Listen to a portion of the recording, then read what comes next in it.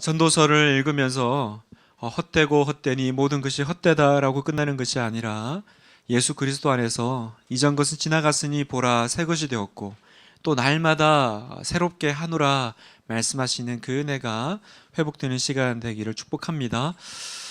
우리 프린트물 다 받으셨죠? 네, 우리 전도서를 시작해 보도록 하겠습니다. 여러분 얼마 예전에 한국 우리 대학생들에게 이제 설문조사한 것 중에 지금 당장 가지고 싶은 것이 무엇인가 이렇게 설문조사를 물어본 적이 있습니다. 보통 이렇게 물으면 뭐 자동차, 핸드폰, 뭐 여자친구 이런 거 말할 줄 알았는데 그때 나왔던 대답이 되게 신선했어요. 지금 당장 뭐가 가지고 싶습니까? 했더니 답이 나는 감동받고 싶습니다 라고 얘기했다라는 거예요. 나는 감동받고 싶다. 많은 것들을 이제 상징하는 대답이 되겠죠. 요즘은 이 감동에 대해서 굉장히 목말라 하는 시대인 것 같습니다. 그래서 요즘은 뭐 컴퓨터, 스마트폰, 뭐 IT, 뭐 IoT 이런 어떤 컴퓨터, 전자 이런 것들이 굉장히 유행이지만 사실은 그것이 아무리 득세를 하고 인기를 얻는다 그래도 사람들이 그것을 가까이 하고 그걸 이렇게 사용하기까지는 뭐가 돼야 되냐면 그 감성이 터치가 돼야 되거든요. 그냥 이 기계를 주면서 써라. 예전에는 그랬어요. 예전에는 기계가 있으면 이 기계가 얼마나 좋은지 그리고 이 기계가 얼마나 편리한 어떤 성능이 있는지를 많이 강조했거든요. 근데 요즘은 달라요. 요즘은 감성을 터치해야 됩니다. 그래서 제가 광고 하나를 요즘 이 광고 되게 마음에 들어가지고요. 제가 하나 가져왔습니다. 우리 광고 잠깐 한번 볼게요. I will follow you wherever you may go. There isn't an ocean too deep, a mountain so high it can keep me away from my love. You are my destiny.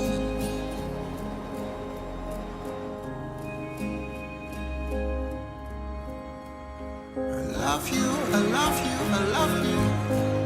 Where you go, I'll follow, I'll follow, I'll follow. You'll always be my true love, my true love, my true love. Forever. 네, 뜬금없죠? 예전에는요 핸드폰 광고하면요 이게 진짜 전화가 잘 터지고 이런 기능이 있고 너무 좋습니다 이걸 얘기했는데 요즘은 스토리텔링이 필요한 거예요. 이게 이 기능은 당연한데 이걸 이야기하고 이게 우리에게 가까이 오려면요 그냥 예전처럼 갖다 쓰세요 이게 아니라 정말 내 마음에 한번 그걸 쓸 때 내 마음에 어떤 기쁨이 있을지 어떤 느낌이 있을지 또 감동받고 싶은 이제 그런 것들이 연결이 되어야 감성 터치가 되어야 이제 그것들이 우리 삶 속에 들어오더라고요. 그런 의미에서 전도서는 굉장히 특별한 면이 있습니다. 독특한 면이 있죠. 왜냐하면 자 이게 진리니까 덮어놓고 믿으세요. 자 이게 하나님 말씀이니까 무조건 이렇게 사세요. 이렇게 하지 않고 뭐라 그래요? 마음대로 살아봐. 한번 해봐. 먹고 즐겨 마셔봐. 누려봐. 그래서 이것저것 다 해보라고 합니다. 그것도 꽤 감동이 되고 그것도 나쁘지 않을걸? 이렇게도 얘기합니다. 그런데 뒤에 가서는 뭐라 그래요? 헛되고 헛되니 바람을 잡는 것 같을 거야 하면서 뒤통수를 탁 치죠. 전도서는 옛날에 어떤 그 전통 신학이나 지혜서처럼 무조건 이렇게 믿어라 이렇게 이게 지혜니까 가져라 주입하지 않고 읽는 독자로 하여금 스스로 판단하고 그걸 실천하도록 이끕니다. 왜 그렇죠? 그래서 어쩌자라는 겁니까? 라는 질문을 우리 가운데서 불러일으키는 거예요. 이거니까 믿어 이게 아니라 일단 해봐. 네가 그걸 원해? 그러면 해봐. 그렇게 살고 싶니? 한번 살아봐. 나도 해봤는데 나쁘진 않았어. 그런데 살아보니까 우리 마음속에 이제 꾸물꾸물 질문이 나오는 거예요. 허무함이 생기는 거죠. 어쩌라는 거야? 어쩌면 좋을까? 그걸 이제 그때서야 이 스토리텔링으로 전도서는 우리를 어떤 원하는 지점으로 혹은 진리로 다 가져가시죠. 바로 우리 안에서 이 목마름을 만들게 하는 거예요. 그냥 이거니까 믿어야 된다라는 의무감이 아니라 잘 살고 싶다. 한번 내 인생을 한번 잘 살고 싶어. 내가 정말 행복하고 싶고 내가 한번 잘했으면 좋겠어라고 하는 이 목마름을 우리 가운데서 이 전도서는 불러일으킵니다. 전도서 읽으면요, 이게 진도가 빨리빨리 안 나가요. 그리고 마음속에 이 뭐라 그럴까요? 이유를 알 수 없는 이 하여튼 뭔가 이 허무함도 아니고 이 이상한 이 느낌들이 스물스물 일어납니다. 여러분, 사람은 언제 변하는지 살펴보니까 사람이 변할 때는요, 내가 진짜 감동받을 때, 그죠? 그리고 내가 정말 거기에 대한 타는 목마름이 있을 때, 그때 감동을 받고 그때 내가 변화가 일어나더라고요. 우리가 사람을 변화시킬 때 그런 거잖아요. 지적해서 이렇게 살아, 이렇게 해야 돼. 그것도 물론 변화를 만들지만 진짜는 뭐예요? 내가 완전 거기에 감동받든지 아니면 내가 그건 너무 하고 싶은 거예요. 막 내 안에 그 타는 목마름이 생기게 하는 것. 그래서 사람들이 하나님께 나오지 않는 그 이유 중에 하나가 뭐냐면 목마름이 없는 거죠. 왜냐하면 굳이 내가 이걸 하나님 안에서 찾을 이유가 없는 거예요. 세상에 감동스러운 게 많고 세상에 재밌는 게 많고 세상에 내가 아직 해보지 못한 것들이 많은데 그거 꼭 내가 다 해보고 맛보고 그 다음에 하나님께 가지 뭐 벌써부터 하나님께 가겠냐. 그러니까 하나님께 안 나오는 거거든요. 내가 세상에서 원하는 것을 세상에서 찾을 수 있다라고 믿기 때문에. 그런 면에서 전도서는 우리를 허무하게 만들죠. 그래, 해봐. 네가 그걸 원해? 그러면 바로 오지 말고 살아봐. 그렇게 해봐. 그렇게 갈급하게 만들고 목마르게 만들고 허무하게 만들죠. 그리고 결국 우리를 어디로 이끌어요? 결국 이 목마름이 내가 이 어떤 사소한 핸드폰 하나 쓰는 그 감동, 혹은 내가 좀 맛있는 음식을 먹는 감동, 내가 뭔가를 좀 이루는 감동이 아니라 어디로 우리를 이끌어가요? 하나님께 대한 이 목마름으로 우리를 끌고 가죠. 그 모든 걸 해결할 건 하나님밖에 없으신 거야. 그래서 내가 하나님께 돌아가야만 이 모든 이 갈증이 해소되겠구나. 그래서 목마름인데 세상이 주는 그 목마름을 똑같이 얘기하는 것이 아니라 바른 목마름을 우리에게 얘기합니다. 어떤 물질에 대한 목마름, 돈 벌고 싶고, 명예에 대한 목마름, 더 높은 데 올라가고 싶고, 외모에 대한 목마름, 지금보다 더 잘생겨지고 싶고, 그런 것이 아니라 성경은 뭐라 그래요? 의에 줄이고 목마른 자는 복이 있나니. 의에 줄이고 목마른 자. 이 얘기가 뭡니까? 전도서식으로 말하면 바른 목마름이란 무엇이냐? 그리고 정말 영원한 것이 있는데 그것이 무엇이냐? 이 세상에서, 이 유한한 세상에서 영원한 것을 이제는 붙잡고 거기에 투자하고 그거를 내가 정말 찾아내는 그것이 바로 바른 목마름이다. 그래서 사소한 것에 감동하며 사는 인생이 아니라 하나님께 감동받으면서 살아라. 그리고 여기 진짜 감동이 있으니까 세상이 주는 허무한 감동, 그 끝이 너무 더 갈증을 유발시키는 그런 목마름이 아니라 진짜가 여기 있어. 이걸 맛봐. 그리고 이게 영원한 거야. 이게 세상과 함께 네 인생과 함께 끝나는 것이 아니라 이게 영원히 이어질 거야. 이게 전도서가 우리에게 던지는 중요한 질문입니다. 그래서 독특하죠. 그래서 특별하죠. 그리고 전도서는 우리가 구약 성경 안에서 지혜 문학에 해당되는 성경입니다. 그걸 좀 보면, 자, 전도서의 먼저 개요를 보면요. 전도서는 먼저 그 정경에 대한 논란이 있었습니다. 무슨 얘기냐면 과연 이게 성경에 들어갈 만한 책이냐라는 거예요. 그 유대 랍비 유명한 두 사람이 있는데 힐렐과 샴마이가 있습니다. 그래서 그 랍비를 따르는 힐렐 학파와 샴마이 학파가 있는데 힐렐 학파는 이렇게 얘기했어요. 전도서는 거룩한 손을 더럽히는 책이다. 그러니까 그 성경에 들어가기에는 뭔가 좀 이상하다라는 거예요. 그게 반해서 샴마이 학파는 전도서야말로 경전이 되게 하는 결정적인 공헌을 한 책이다. 이렇게 얘기를 했습니다. 전도서는 욥기, 잠언과 더불어서 지혜 문학으로 분류가 되는데요. 유대인들은 이제 그렇게 한다고 해요. 이제 77절에서는 77절이 오면 룻기를 읽고, 불임절에는 에스더서를 읽고, 6월절에는 아가서를 읽고, 초막절 혹은 장막절이라고 하죠. 그 텐트 치고 그 안에서 자신들의 그 광야 생활을 이렇게 기념하던 때 있잖아요. 그때 전도서를 읽는데요. 헛되고 헛되니 이 부분을 그 초막절, 장막절에 읽는다고 합니다. 근데 왜 이렇게 이제 정경성에 이제 논란이 계속 일어나고 있었냐? 전도서가 해석하기 어려운 거예요. 왜 어렵냐 봤더니 일단 논리적으로 굉장히 산만한 부분들이 많은 겁니다. 흔히 말하는 그 뭐라고 할까요? 아구가 딱딱 맞아 떨어져야 되는데 그게 잘 안 보이는 거예요. 그래서 어떤 때는요, 그 전도서 안에서도 서로 다른 얘기를 하는 것처럼 느껴지는 거예요. 그죠? 여기서는 이 말했다가 또 조금 지나면 그게 아닌데 이렇게 또 하니까 도대체 뭐야? 그리고 전도서 안에 있는 내용이 전도서 밖의 성경들과 또 부딪히는, 또 상충되는 부분들이 계속 보이더라는 겁니다. 예를 들면 잠언에서는 이렇게 얘기합니다. 의인을 기념할 때는 칭찬하거니와 악인의 이름은 썩게 되느니라. 의인과 악인에 대해서 얘기를 합니다.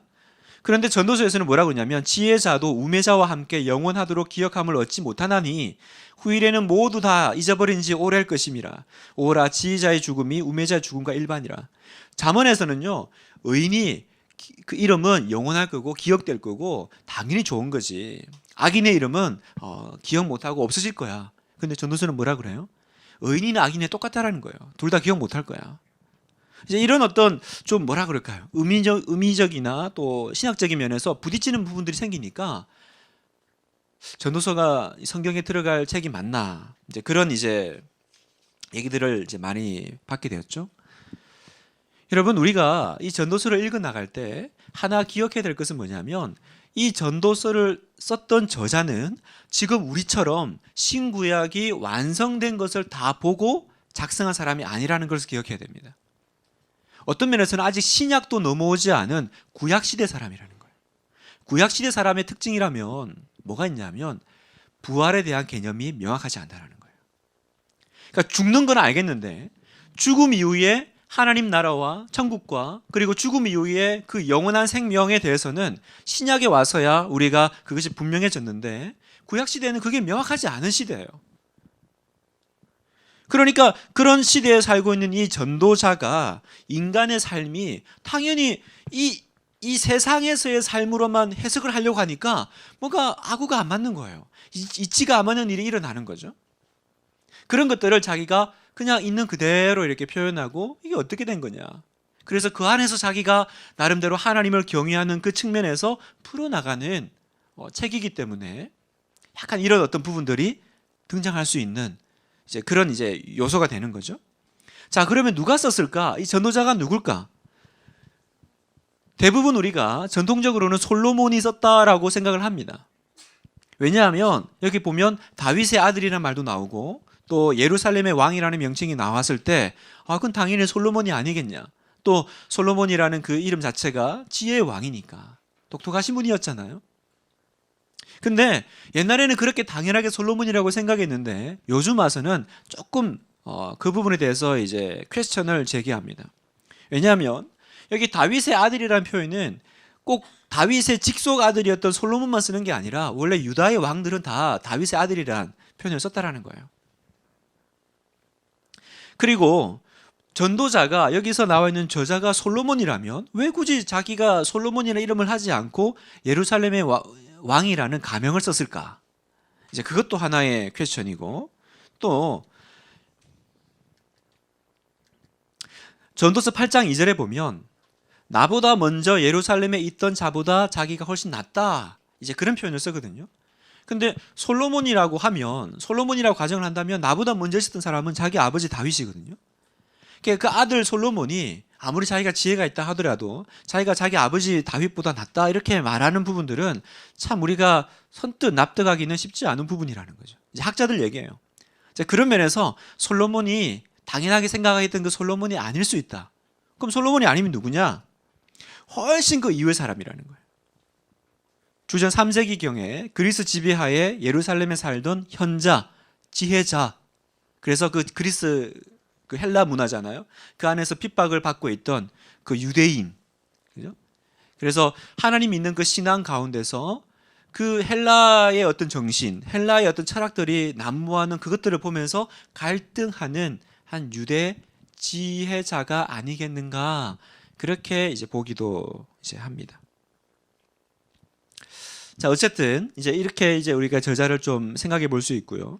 자, 전도서 안에는 그 전도서를 뭐라 그럴까요? 이제 저작을 한 그 전도자만 나오는 것이 아니더라고요. 등장인물을 보면 이 안에는 두 명이 나옵니다, 사실. 한 명의 전도자, 히브리어로 코헬렛이라고 하는 전도자가 나오고, 그 전도자의 말을 이어서 그걸 가지고 뭐라 그럴까요? 해설하는, 또 다른 방향의 측면에서 얘기해주는 지혜자, 현자가 나옵니다. 그래서 가만히 읽어보면 전도서는요, 인칭이 바뀌어요. 한 사람이 자기가 계속 얘기하는 것이 아니라 처음에는 1장 1절에서 11절까지는 3인칭의 전도자가 이렇게 나옵니다. 그렇게 얘기를 해요. 그러다가 1장 12절부터 갑자기 나라는 1인칭의 사람이 등장합니다. 그리고 다시 12장에 가면 또 그것이 3인칭으로 바뀝니다. 그래서 우리가 이 안에서 잘 살펴야 될 게 뭐냐면 이게 누가 한 얘기냐를 잘 봐야 되는 거죠. 그리고 또 하나 우리가 봐야 될 건 쭉 이어서 나온다고 해가지고 그게 모두가 다 이 전도자나 현자의 말일 거라고 생각하시면 안 된다는 거예요. 이해되세요? 무슨 말이냐면 전도자가 이야기를 쭉 해도 그건 자기의 생각이 아니라 그 전에 전통적으로 이렇게 말한다, 이렇게 얘기하는 거예요. 그런데 내가 생각할 때는 그게 아니던데 라고 자기의 생각을 덧붙이는 것이 전도서의 전체 이렇게 흘러가는 흐름이에요. 그러니까 우리의 이제 그 묵상하면서 초점은 뭐가 돼야 되냐면 이게 지금 누구 생각인가? 원래 우리가 보편적으로 전통적으로는 이렇다. 이게 맞는 거야. 이게 지혜야. 라고 하는 부분과 그리고 거기에 대한 전도자의 이야기를 지금 잘 이게 분간할 수 있는, 구분할 수 있는 좀 묵상의 눈이 여러분에게 좀 필요하실 겁니다. 이 부분은 나중에 이제 한번 예로 한번 보도록 하겠습니다. 자, 그럼 이 등장인물 가운데 첫 번째 전도자라고 하는 코헬렛. 전도서 1장 1절에 나오죠. 다윗의 아들 예루살렘 왕 전도자의 말씀이라, 이렇게 시작을 하거든요. 전도서가. 여기 나오는 이제 전도자의 말씀이라, 다윗의 아들 예루살렘 왕이 자기를 그냥 이름을 말하지 않고 자기를 전도자다, 이렇게 얘기를 해요. 자, 이 전도자가 뜻이 뭐냐? 흔히 우리가 말하는 전도한다 할 때 그 전도의 의미는 조금 아닙니다. 전도서 그러면 새생명 축제를 이렇게 떠올리시거나 한 사람을 이렇게 교회로 전도하는 그런 그거하고는 딱 뭐 아예 연관이 없다 그럴 수는 없지만 그 부분이 아니라 히브리어로 코헬렛이라고 하는 이 단어는요, 카할이라는 동사의 분사형인데 뜻은 모으다, 소집하다, 사람들을 소집하다, 이제 이런 뜻을 가지고 있습니다. 그래서 코헬렛은 모으는 사람, 회중을 소집하는 사람, 이런 뜻입니다. 단어적으로는 이렇게 뜻을 가지고 있고 우리가 전통적으로는 이 코헬렛을 이제 번역을 할 거 아니에요. 번역을 할 때 루터가 번역을 했던 설교자라는 이제 그 의역을 많이 갖다 쓰죠. 루터는 이 코헬렛을 소집하는 사람, 모으는 사람, 소집자 이렇게 하지 않고 설교자 이렇게 해석을 했거든요. 왜 그럴까요? 사람을 모으고 소집을 왜 했겠냐라는 거예요. 모아놓고 뭔가 말을 하려니까. 그러니까 말을 하는 사람이 누구예요? 선포하는 사람, 설교하는 사람이죠. 그래서 구약 성경에서는요, 전도서에서만 전도자로 번역이 되어 있고 신약 성경에는 모두 선포자 혹은 전파하는 자, 이렇게 단어를 씁니다. 그러니까 코헬렛이 구약에만 나오는 것이 아니라 로마서나 디모데전서 후서에 나와요. 기억나실지 모르겠지만 전하는 자가 없으면 뭐 어떻게 믿겠느냐 할 때 그 전파하는 자가 코헬렛이에요. 그리고 디모데 후서에 보면 선포자, 사도, 교사로 세웠다 할 때도 이제 나오죠. 선포하는 사람. 이게 이제 전도자면 아까 또 다른 한 명이 있었죠. 익명의 현자, 지혜자가 있습니다. 여러분, 구약 시대에 종교적인 지도자라고 하면 우리가 세 사람을 생각할 수 있습니다. 제사장, 율법을 가지고 이제 백성들과 소통하는 제사장이 있고, 예언자, 나비죠, 선지자. 선지자는 뭐예요? 하나님의 그 신탁받은 말씀을 이제 전하는 사람이고, 그리고 이제 일반인 가운데 현자, 지혜자가 있는 거예요. 그러니까 이 지혜자, 현자는요, 제사장처럼 종교적이지도 않고, 또 선지자처럼 그 막 이 시대와 뭐 그 역사에 대해서 이렇게 완전히 막 그 분노하면서 또 이렇게 살면 안 된다, 막 그런 얘기를 하지도 않아요. 다만 이제 이 사람은 어떻게 해요? 자연의 순환을 보면서 이 순리가 뭐냐? 도대체 이 세상이 어떻게 돌아가는 게 순리고 이치일까? 그걸 이제 자기가 이제 묵상을 해보는 사람이에요. 그리고 종교적으로는 그 모든 이 자연의 순리를 보면서 정말 인간은 한계가 있는 존재구나. 그 한계가 있는 존재가 그 다음에 어디로 연결돼야 되나? 결국은 하나님을 경외함으로 연결될 수밖에 없구나. 그걸 말하는 사람이라는 거죠. 그래서 전도서도 마지막에 보면 앞에서 전도자가 계속 그 인생의 허무함, 그 인간의 그 한계를 계속 얘기합니다. 이렇게 해봐, 헛될 거야. 저렇게 해봐, 끝이 안 좋을 거야. 계속 얘기를 해요. 이제 그 허무함을 얘기했을 때 그 얘기를 다 듣고 현자가 이렇게 마무리를 했죠. 이 일의 결국을 다 들어봤더니 맞아, 인간은 허무하고 여러 가지가 그렇게 계속 돌고 돌더라. 그래서 결론이 뭐예요? 하나님을 경외하고 그 명령을 지킬지어다. 이것이 모든 사람의 본분이라. 그렇게 이제 지혜자가 새로운 이제 어떤 측면에서 이렇게 방향을 제시해주는 이제 그런 얘기를 하는 거죠. 자, 전도서의 이제 구조를 한번 보겠습니다. 전도서는 크게 우리가 이제 세 가지로 볼 수 있는데, 첫 번째 1장 2장에서는 이제 문제 제기를 합니다. 헛되고 헛되다라는 얘기를 하죠. 그리고 이제 인생에 대해서 여러 가지 이제 상황들에 대해서 지혜서기 때문에 참 명언 같은 얘기들을 많이 합니다. 우리가 뭐 잠언에서 볼 수 있는 혹은 좋은 어떤 지혜서에서 볼 수 있는 그런 뭐 랍비들이 하는 얘기 같은 그런 얘기들을 많이 하죠. 그리고 마지막에 그것이 어떻게 결론되어야 되는지를 이제 얘기로 마무리 짓습니다. 세부적인 구조를 보면 뭐 여러분의 프린트물에는 공간이 없어서 넣지는 않았지만 총 18개의 전도자의 회상의 내용이 나옵니다. 그러니까 전도자가 생각을 해보는 거예요. 이 인생에 대해서. 지혜가 뭔지, 세상의 성공이 뭔지, 지혜와 어리석음의 차이, 인간의 수고하는 것, 의인과 악인에 대해서, 사회적인 억압에 대해서 이제 쭉, 그죠? 이제 여러분이 이제 묵상해 볼 내용들입니다. 그래서 총 나눠봤더니 한 18개의 사건 혹은 그 토픽에 대해서 이제 얘기를 이제 하더라는 거죠. 그래서 전도서가 이 모든 것들을 회상을 해보니까 결론이 나와요. 그 결론이 사실은 초반에 나옵니다. 전도서의 핵심 구절이 있죠. 같이 한번 읽어볼까요? 시작. 전도자가 이르되 헛되고 헛되며 헛되고 헛되니 모든 것이 헛되도다. 이렇게 얘기를 하는 거예요. 자기가 다 회상을 해보고 생각을 해보고 살아보니 나는 너희들보다 좀 가진 게 많아가지고 너희는 생각만 하는 거 내가 다 해봤어. 다 맛봤어. 다 누려봤어. 해봤더니 결론이 뭐예요? 헛되고 헛되며 헛되고 헛되니. 한 번 얘기하지도 않아요. 그래서 히브리어로 헤벨, 하바림, 아마르, 코헬렐, 헤벨, 하바림, 콜, 헤벨, 하벨. 그러니까 이제 우리식으로 하면 하벨, 헤벨 모두 헤벨레 이렇게 했다라는 거죠. 헤벨레 한다라는 거예요. 이 헤벨이라는 단어가 창세기 4장의 아벨과 같은 단어입니다. 그래서 아벨이라는 단어 안에는요, 헛되다라는 그 의미가 이제 들어가 있습니다. 그래서 헤벨 하발림, 그죠? 헤벨 하바림이 나오는데 이 뜻이 뭐냐? 헛된 것 중에 헛된 것. 헛되고 헛되니 이렇게 우리는 번역했는데 우리는 헛된 것 중에 헛된 것. 사도 바울식으로 얘기하면 죄인 중에 괴수, 그죠? 헛된 것 중에 헛된 것. 그러니까 완전 헛되다라는 거, 완전 절대적인 헛된 거. 뭐가요?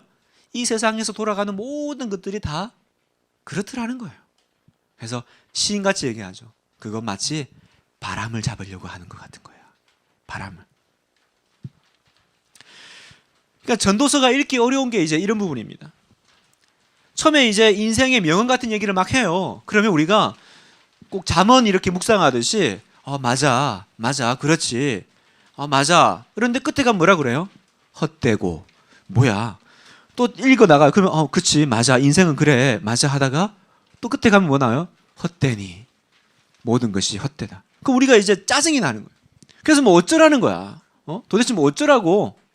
그게 이제 전도서가 우리에게 지금 하고 싶은 얘기인 거죠. 우리 안에 도대체 어쩌라는 거야? 이 물음이 나오게 하는 거. 이 스토리텔링이 있는 거죠. 덮어놓고 그냥 믿어. 이게 중요한 거야. 이게 진리야. 가자. 아니라 다 해봐. 근데 나중에는 뭐 어쩌라는 거야. 그래서 1장, 2장에 보면 해 아래 새 것이 없다. 다 돌고 돌더라. 그 속에서 결국은 모든 것이 헛되더라. 지금 게 새로운 게 아니라 다 옛날에 있었고, 그죠? 또 그것이 돌고 돌고. 3장에서 6장에서는 그 돌고 도는 모든 것들이 결국은 동일한 운명. 어떤 운명이에요? 죽는다라는 운명. 그죠? 사라진다라는 운명. 허무하다라는 운명. 그 이제 여러 가지 구체적인 사례로 이제 언급을 하죠. 그래서 7장에서 9장에서는 그래서 이 헛된 세상에서 어떻게 살아야 되냐? 중요한 건 이 헛된 세상에서는 그냥 기뻐하며 사는 것이 최고의 삶이더라. 이제 그 어떤 전도자의, 어떤 지혜자의 이제 고백이죠. 그리고 10장, 12장에서는 지혜로운 규범을 이제 제시하면서 전도서의 막을 이제 내립니다. 그러니까 여러분이 이제 우리가 이 부분들을 전도서를 묵상할 때 헛되고 헛되다 그래가지고 그래 세상이 뭐 좋은 게 있겠어.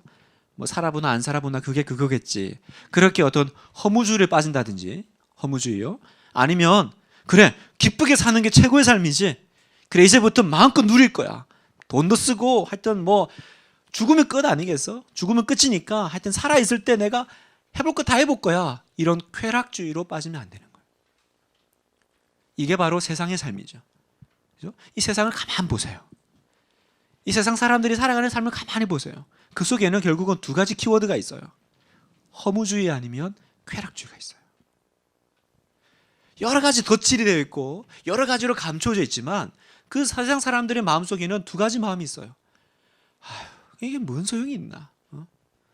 그래 열심히 애 키울 때는 정신없이 키웠는데 이제 결혼시키고 다 떠나보내고 나니까 허무해지고 그때는 너무 재밌고 즐겁고 막 여행 가면 그때 너무 좋았고 그랬는데 그때 먹을 때는 너무 맛있었는데 그 맛이나 이 맛이나 더 맛있는 거 없나? 그래서 더 맛있는 거 찾아 동남아 여행 가시고 어디 여행 가시고 세상에 재밌는 게 얼마나 많아요 여러분. 세상에 재밌는 드라마 영화가 얼마나 많습니까? 제가 얼마 전에 그 빠져있던 드라마가 그 질투의 화신이라고 잘 모르시죠 여러분? 제 집사람이 이렇게 보는 걸 옆에 따라 보다가 제가 마지막까지 다 보고 왜 이렇게 빨리 끝나는 거야? 너무 재밌는 거예요. 막 그 남녀 간의 그 감정, 그 대화 너무 표현이 우리식으로 하면 너무 찰진 거죠. 이렇게 표현이 너무 찰진. 이렇게 재밌는 드라마가 또 있나? 근데 끝나고 나면 허무하죠. 그죠? 끝나고 나면 기억도 잘 안 나요, 사실은. 뭐 무슨 얘기했지? 여행 어떻습니까? 여러분 뭐 카카오 스토리나 블로그에 어디 여행 갔다 왔어. 뭐 2016년 뭐 타이완, 타이완은 좋은 데 아닌가? 하여튼 그런 거 있잖아요. 하와이 뭐 2017년 뭐 어디 해놔봐야 그 땅이 그 땅이죠, 그죠? 예? 갔다 오면 느는 건 빛밖에 없고 뭐 필리핀이나 뭐 태국이나 사실 뭐 그게 그거잖아요. 뭐 우리 마음에 해서 결국은 뭐예요? 뭐 더 재밌는 거 없나? 이러든지 아니면 쓸데없다. 그래 이불 밖이 제일 위험해. 이러면서 뭐 집에 있든지. 자, 근데 성경은 그렇게 가면 안 된다라는 거예요. 그죠? 그건 세상에서 하는 얘기고 세상 사람들이 그렇게 하는 걸 너도 해봐. 원해? 그러면 살아봐. 그 끝에는 쾌락 아니면 허무가 있을 건데 그게 정답이 아니다라는 거죠. 그럼 뭐가 정답인가요? 이제 그걸 우리가 한번 보겠습니다. 전도서는 총 이제 12장으로 되어 있는데 그 중에 이제 중요한 테마들이 있습니다. 그 테마들을 가지고 우리가 한번 전체 큰 그림을 잡고 이제 그 안에서 여러분이 이제 개별적으로 묵상을 해 나가시는 거예요. 중요한 건 여러분이 큐티를 하셔야 된다는 거죠. 이걸 듣고 나는 전도서 뗐어 뭐 이런다든지 전도서는 더 이상 볼 게 없어 이미 다 듣고 알아 이러면 안 되고 이걸 이제 전체 그림을 딱 가지고 이제 그 안에서 세부적으로는 여러분이 하나님과 개인적으로 듣고 묻고, 그죠? 씹고 뜯고 맛보고 즐기시는 일이 있어야 됩니다. 자, 첫 번째, 전도서는 인생에 대해서 얘기합니다. 인생에 대해서 뭐라 그러냐면 범사의 기한이 있다. 그리고 하나님은 모든 때를 창조하셨는데 그것을 아름답게 하셨다라는 거죠. 한번 볼까요?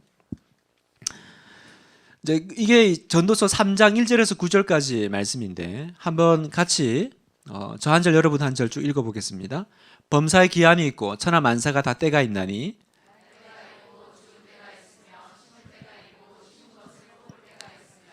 죽일 때가 있고 치료할 때가 있으며 헐 때가 있고 세울 때가 있으며 돌을 던져버릴 때가 있고 돌을 거둘 때가 있으며 안을 때가 있고 안는 일은 멀리할 때가 있으며 찢을 때가 있고 꿰맬 때가 있으며 잠잠할 때가 있고 말할 때가 있으며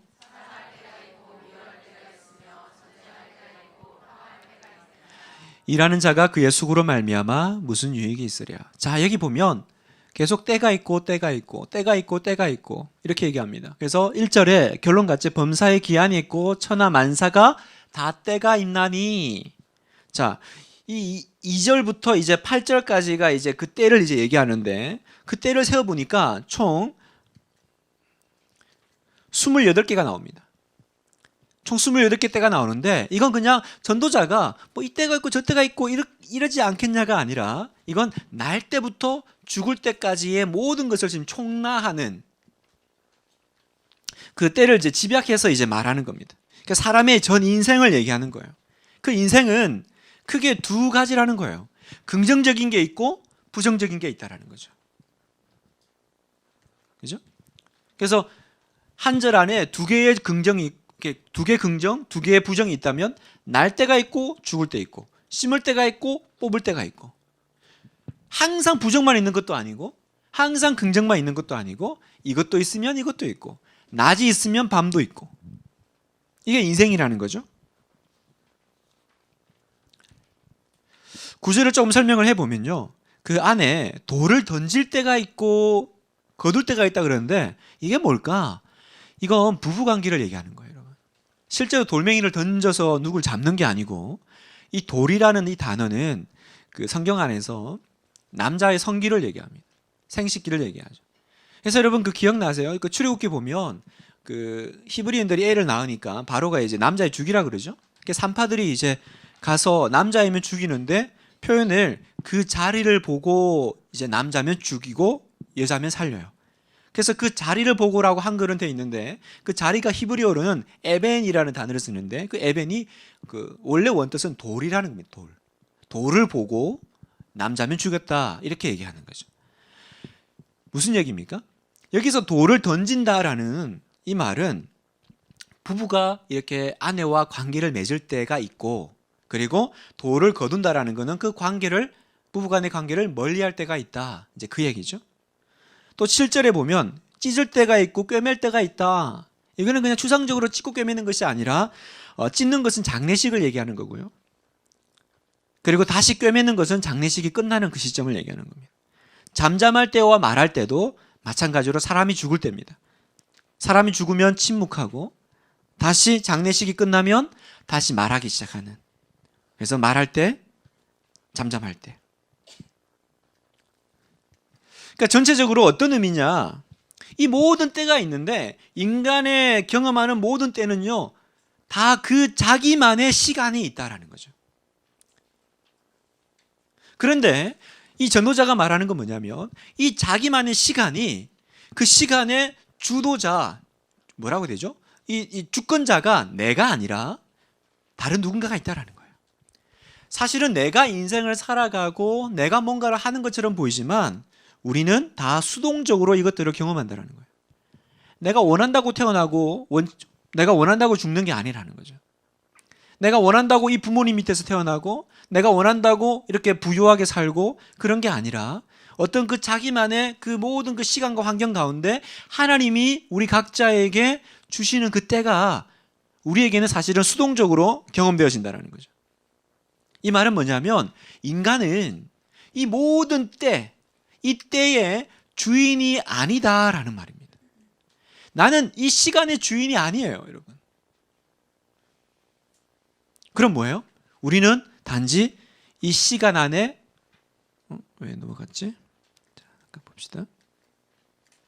우리는 보여주지 말란 뜻인가? 어머나, 웃기네. 자, 우리는 시간의 주인이 아니라 이 시간 안에 잠깐 머물러 있는 한계적인 존재라는 거예요. 그러면 이 시간의 주권자는 누구예요? 하나님이시라는 거죠. 이 모든 때를 얘기하면서 전도자가 말하는 건 당신은 이 때를 그냥 통과하는 사람이야. 이 때는 당신에게 계속 경험되어져서 통과되어질 거고, 이 모든 것들을 사실은 누가 주관해요? 하나님께서 주관하신다는 거예요. 그러면 하나님께서 주관하신다고 하면, 생각해 보세요. 하나님이 주관하신다고 하면 우리가 볼 때는 부정적인 것, 긍정적인 것, 그죠? 좋은 것, 나쁜 것, 이렇게 구분이 되지만 사실 하나님 보시기에는 모든 것이 다 좋은 거라는 거예요. 이 좋은 것은 단지 뭔가 이렇게 말 그대로 긍정, 부정에서 그 좋은 것이 아니라 의미가 있다라는 거죠. 의미가. 하나님이 말씀하실 때 그때가 내 주관 안에 있고 그건 내가 보기에 좋다. 이 말은 그건 너가 보기에는 좋아 보이고 혹은 싫어 보일 때가 있지만 그건 의미가 있다라는 거예요. 의미가 있다. 그래서 3장 11절에 하나님이 모든 것을 지으시되 때를 따라 아름답게 하셨고, 이 모든 때를 창조하신 하나님이 보시기에 이 때는 다 아름다운 때라는 거죠. 그러면 이 모든 때를 하나님이 아름답게 했다라는 건 의미가 있다라는 거잖아요. 의미가 있다라고 하면 그러면 보세요. 하나님이 때를 창조하셨는데 그것이 다 아름다운, 그게 의미가 있다라고 하면 좋은 것을 지나갈 때 그냥 좋아하는 것만 의미가 있겠어요? 힘든 것을 지나갈 때 그걸 잘 통과하는 것도 의미가 있겠죠. 그래서 하나님이 그 모든 때가 좋다라고 하는 건 우리가 좋은 시절을 통과할 때만 좋고 나쁘고 힘든 시절을 통과할 때는 안 좋다가 아니라 우리가 그것이 어떤 때든지 간에 부정적으로 혹은 긍정적으로 보이든지 간에 내가 기뻐하는 것도 아름답다면 그것을 참아내면서 견뎌내는 것도 하나님 보시기에는 아름다운 것이라는 거예요. 여기서 아름다운 건 다시 말하지만 의미가 있다라는 겁니다. 시간의 주권자가 내가 아니라면, 그죠? 이 시간을 통과하는 이 시간의 주인이 내가 아니라면, 이 시간이 하나님의 주권 안에 있다면 그걸 때로는 허락을 하신 그 하나님 앞에서 내가 순응하면서 순종하면서 이해를 잘 못하더라도 믿음으로 통과해내면 그건 하나님 보시기에 좋다. 하나님식으로 말하면 아름답다. 조금 더 설명하면 의미가 있다라는 거예요. 이 개념이 없으면 우리는 항상 좋은 때만 찾고 좋은 때만 감사하게 되겠죠. 근데 전도자는 뭐라고 얘기해요? 좋을 때가 있으면 나쁠 때가 있고, 그죠? 심을 때가 있으면 뽑을 때가 있고, 계속 낮이 있으면 밤이 있고, 낮이 있으면 밤이 있고, 왔다 갔다 한다라는 거예요. 그러니까 그 왔다 갔다 하는 그 시간 속에서 너는 어떻게 살래? 어떻게 살아야 됩니까? 기쁜 일이든 혹은 슬픈 일이든 그 자리에서 내가 충성하는 태도로 사는 것, 그게 가장 뭐라 그럴까요? 바른 태도라는 거죠. 이해되세요? 제일 불행한 사람이 누구예요? 제일 불행한 사람은 여름에는 더워 죽겠다고 하고 겨울에는 추워 죽겠다고 하는 사람이에요. 그러니까 모든 때가 다 불행한 거예요. 그죠? 근데 이 모든 때는 하나님이 보고 계신다. 하나님이 다 알고 계신다. 그래서 내가 좋은 때든 나쁜 때든 나는 이걸 통과하고 있어. 나는 살아내고 있어. 그때 뭘 알아야 돼요? 하나님이 지금 내가 아름답게 통과하고 있다고 말씀하신다라는 거예요. 나는 아름답게 통과하고 있구나. 좋을 때나 나쁠 때나. 이게 이제 시간에 대한 전도자의 이제 권면이고 지혜죠. 자, 두 번째, 재물과 부에 대해서 이야기합니다. 재물과 부에 대해서는 이것이 헛되다라는 이제 명제를 달고, 그래서 이제 성경 안에 표현은 이렇게 얘기하죠. 은을 사랑하는 자는 은으로 만족하지 못할 것이다. 은을 사랑하는 자는 은으로 만족하지 못할 것이다. 자, 한번 읽어볼까요? 5장 10절에서 20절 한 절, 여러분 저 한 절씩 읽겠습니다. 은을 사랑하는 자는 은으로 만족하지 못하고 풍요를 사랑하는 자는 소득으로 만족하지 아니하나니 이것도 헛되도다.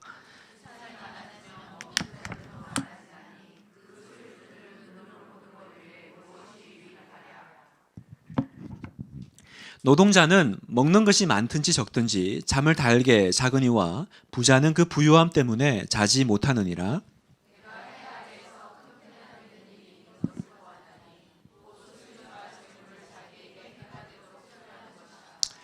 그 재물이 재난을 당할 때 없어지나니 비록 아들은 낳았으나 그 손에 아무것도 없느니라. 그가 모태에서 벌거벗고 나왔은즉 그가 나온 대로 돌아가고 수고하여 얻은 것을 아무것도 자기 손에 가지고 가지 못하리니. 뒤에도 있습니다. 이것은 큰 불행이라 어떻게 왔든지 그대로 가리니 바람을 잡는 수고가 그에게 무엇이 유익하랴.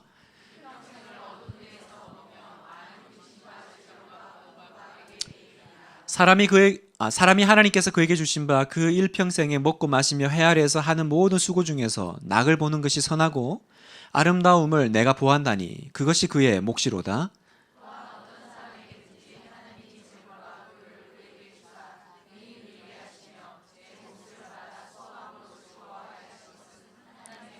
같이 읽겠습니다. 그는 자기의 생명의 날을 깊이 생각하지 아니하리니 이는 하나님이 그의 마음에 기뻐하는 것으로 응답하심이니라. 아멘. 자, 이 총 10절에 해당되는 10절에서 20절까지의 이 부분에서는 이제 부에 대해서, 재물에 대해서 이제 얘기를 합니다. 앞에 얘기했듯이 전도자는 부의 헛됨에 대해서 얘기를 하는데 좀 구분을 하자면, 첫째, 10절에서 12절까지는 부가 위험하다라고 얘기합니다. 재물이 위험하다. 두 번째, 부는 상실될 수 있다라고 얘기합니다. 그리고 세 번째, 그래서 우리는 이 부분과 연계해서 어떻게 사는 것이 기쁨의 삶인가, 이제 그걸 이제 끝에 이제 얘기를 하죠. 자, 첫 번째 보겠습니다. 부의 위험성은, 부는 중독성이 있다라는 거죠. 재물은 중독성이 있기 때문에 위험하다, 이렇게 얘기합니다. 자, 10절에 보면 은을 사랑하는 자라는 표현을 합니다. 은을 사랑하는 자. 은을 사랑한다라는 건 뭐예요? 단지 그 물질 자체를 비판하는 것이 아니라 어떻게 사는 거예요? 물질만 사랑하는 거예요. 물질만. 물질만을 추구하는 삶의 태도. 성경은 여러분이 아셔야 될 게, 돈, 여기서는 은, 그죠? 재물 그 자체를 나쁜 것으로 여기지 않습니다. 그건 중립적인 거죠. 그러나 신약에서도 보면 돈을 사랑하는 것이 일만하게 뿌리죠. 돈이 일만하게 뿌리가 아니라 돈을 사랑하는 그 마음이 모든 악의 뿌리가 된다. 여기서 똑같은 거예요. 은을 사랑하는 자, 이건 돈을 사랑하는 자, 돈을 사랑하는 마음. 그래서 끊임없이 그 돈을 추구하고 그 물질을 모으는 것에 목매다는 사람, 거기에 대한 허무함이 있고 그건 위험하다라는 거예요. 왜 위험하냐? 은으로 만족하지 못할 거기 때문에. 만족하지 못한다라는 것을 성경은 중독된 상태, 이렇게 표현합니다. 왜 중독이에요? 중독은 만족이 없으니까. 그래서 중독은 만족이 없기 때문에. 여러분, 돈을 사랑하는 것은 절대로 만족에 이를 수 없다. 전도자가 자기가 돈을 엄청 많이 가져보고 돈을 모아봤더니 그렇더라는 거예요. 도리어 그 많은 물질을 자기가 모았지만 그게 결국은 다른 사람의 입으로 들어가더라는 거예요. 재물이라는 게. 웃기죠? 그럼 부자는 뭐예요?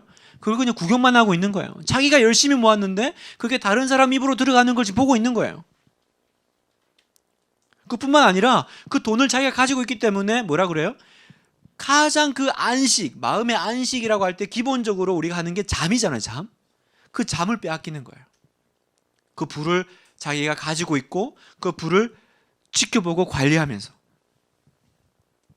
그래서 전도자는 부가 위험하다, 재물이 위험하다 이렇게 얘기합니다. 근데 우리는 뭐라고 얘기해요? 위험해도 가져봤으면 좋겠다 이렇게 얘기해요.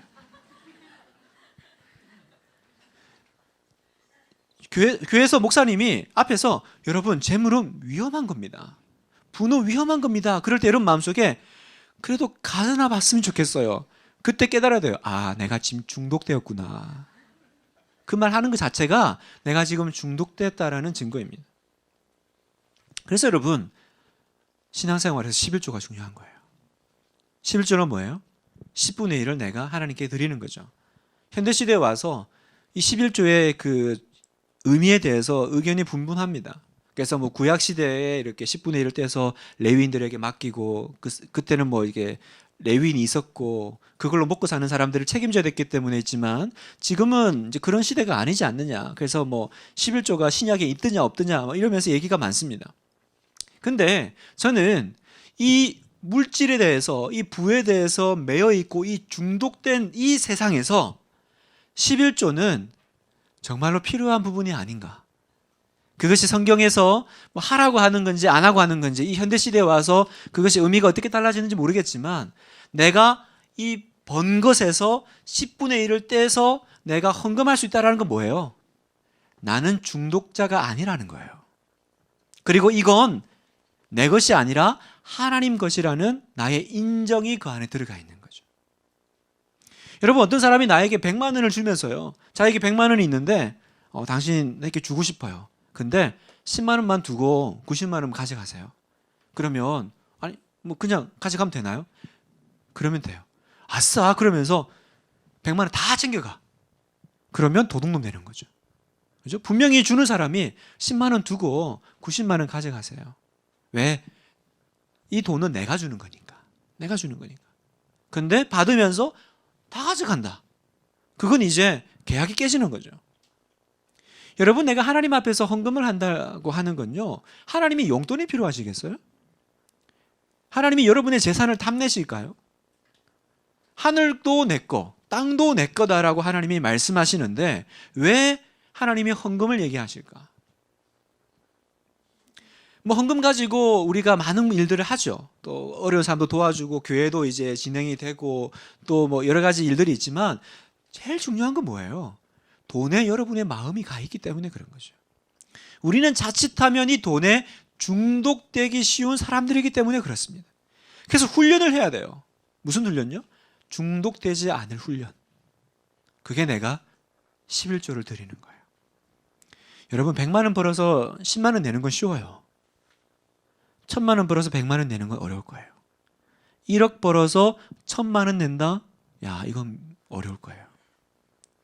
그러니까 이 훈련이 여러분 지금 내가 그런 얘기를 해요. 목사님 먹고 죽을 애도 없어요. 먹고 죽으려면 안 하시면 돼요. 없는데 뭘 해요? 그러니까 있는 것 중에 내가 10분의 1을 드리는 그게 여러분 나중에 내가 1억 벌면 할게요. 그런 건 안 되는 거예요, 여러분. 이게 훈련이거든요.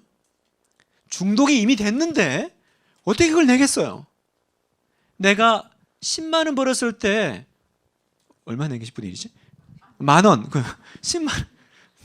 죄송합니다. 10만 원 벌었을 때 만 원 내는 훈련을 해야 100만 원 할 때 10만 원. 그죠? 이렇게 갈 수 있는 거예요. 그래서 이 11조는요. 믿음 좋은 사람들이 하는 어떤 그 뭐라 그럴까? 그런 하는 행위가 아니에요. 믿음이 되게 좋기 때문에 11조를 하는 게 아니라 11조는 그냥 믿음의 저는 초보라고 봐요. 어떤 초보요? 나는 돈에 중독된 사람이 아닙니다. 많은 가난한 분들이 목사님 저는 돈이 없어서 드릴 게 없어요. 괜찮아요. 그런 거 자유하셔도 돼요. 없는 돈을 막 기름 짜듯이 짜내가지고 내라는 게 아니라 내가 이 모든 걸 받았을 때 이게 내 거냐 아니면 하나님이 주셨다라는 것을 내가 믿느냐, 이게 어디서 나와요? 11조에서 헌금에서 나온다는 거예요. 이건 여러분 어릴 때부터 훈련하셔야 돼요. 어릴 때부터. 그래서 우리 아이들에게도요, 이 훈련을 시켜야 돼요. 헌금하는 훈련. 그래서 뭐 그런 얘기가 있잖아요. 애한테 1,000원을 주면서 애야 500원은 네가 맛있는 거 사 먹고 500원은 예배 교회 가서 헌금하는 거야. 그랬는데 얘가 가서 하나도 헌금을 안 하고 다 사 먹은 거예요. 엄마가 500원은 사 먹고 500원 헌금하라 그랬잖아. 왜 그랬어? 엄마, 헌금을 왜 하겠어요? 하나님을 기쁘시게 해드리려고 헌금을 하는 거 아니겠어요? 하나님은 제가 1,000원을 다 쓸 때 굉장히 기뻐하시는 것 같더라고요.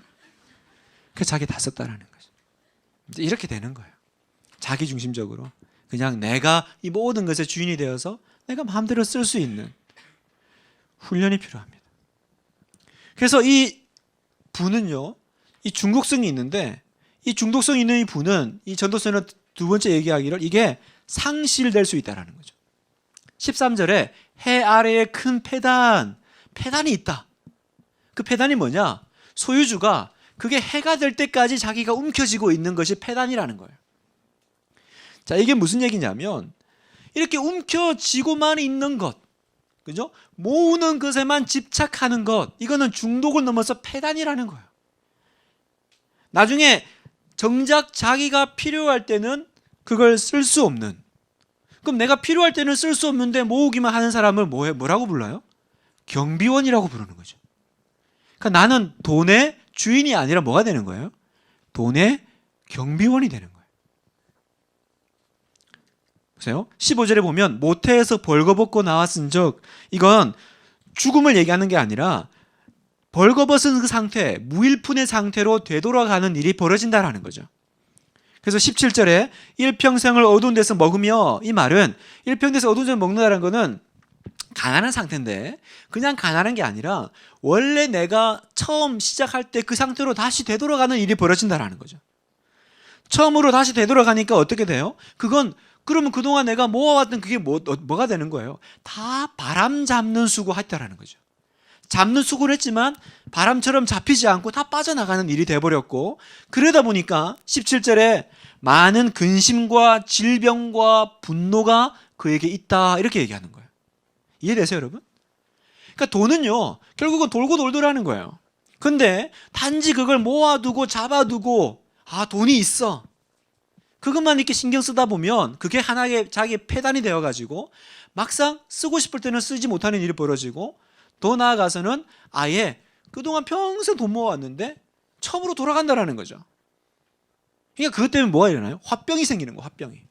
질병, 근심, 분노가 그에게 있다. 이건 이해가 잘 안 되시는 분이 계실 거예요. 이해가 안 되는 분은 돈이 없으신 분이고요. 이게 이해가 잘 되는 분은요, 돈이 좀 있으신 분은 이해가 되실 거예요. 그럼 전도자는 우리에게 어떻게 권면합니까? 없어질 때까지 지키지만 말고 현재 자신을 위해서 지금 사용하고, 그리고 적절하게 나눠주라는 거예요. 없어질 때까지 지키고만 있지 말고, 돈은 지키라고 있는 것이 아니라 사용하라고 있는 거다.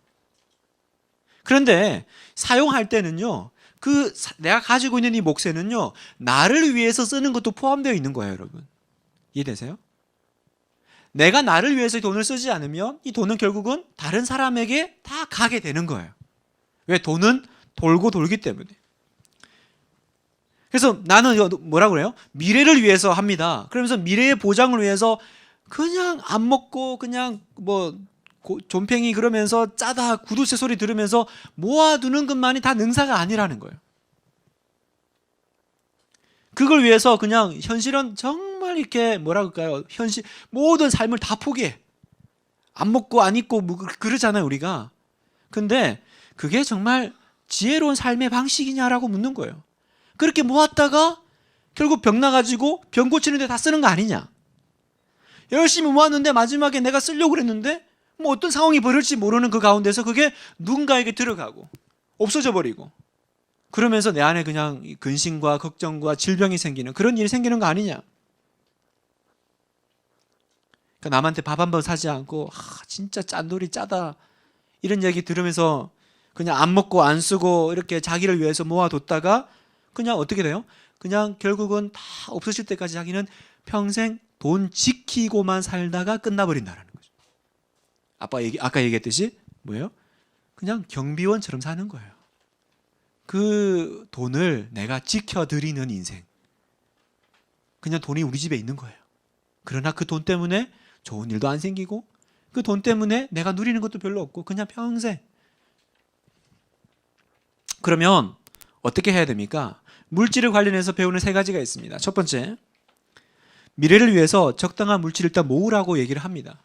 해서 쓰지 말고 그냥 펑펑 써 이렇게 얘기하는 것이 아니라 모아야죠. 모으지 않고 어떻게 물질이 생기겠어요. 잘 모아야죠. 그러나 두 번째, 기회가 있을 때마다 남을 위해서 적절하게 나누라. 그래서 전도서는 이렇게 11장일지 이렇게 얘기하죠. 너는 내 떡을 물 위에 던지라. 여러 날 후에 도로 찾으리라. 물 위에 던지라는 것은 여러 가지 해석이 나올 수 있습니다. 그러나 어떤 면에서는 되게 뭐라 그럴까요? 허비하는 것 같이 보일 때가 있다라는 거죠. 그죠? 물 위에 던진다라는 것. 이게 뭐 어떻게 될지 어떻게 하냐. 그런데 내가 다른 사람에게 때로는 그냥 마치 물에 버리는 것처럼 보이는 그런 일이 벌어지더라도 네가 그것들을 써라는 거예요. 나누라는 거예요. 그러면 뭐라 그래요? 네가 도로 찾는 날이 올 거다. 이게 이제 전도서의 이제 전도자의 지혜인 거죠. 그리고 세 번째, 물질 가운데 일정량은 너를 위해 있는 거야. 그냥 모아두고 그냥 지키고만 있든지 이거죠. 아니면 모으고 그냥 남을 위해서만 쓰든지 이거죠. 그게 아니라 너를 위해서도 좀 써.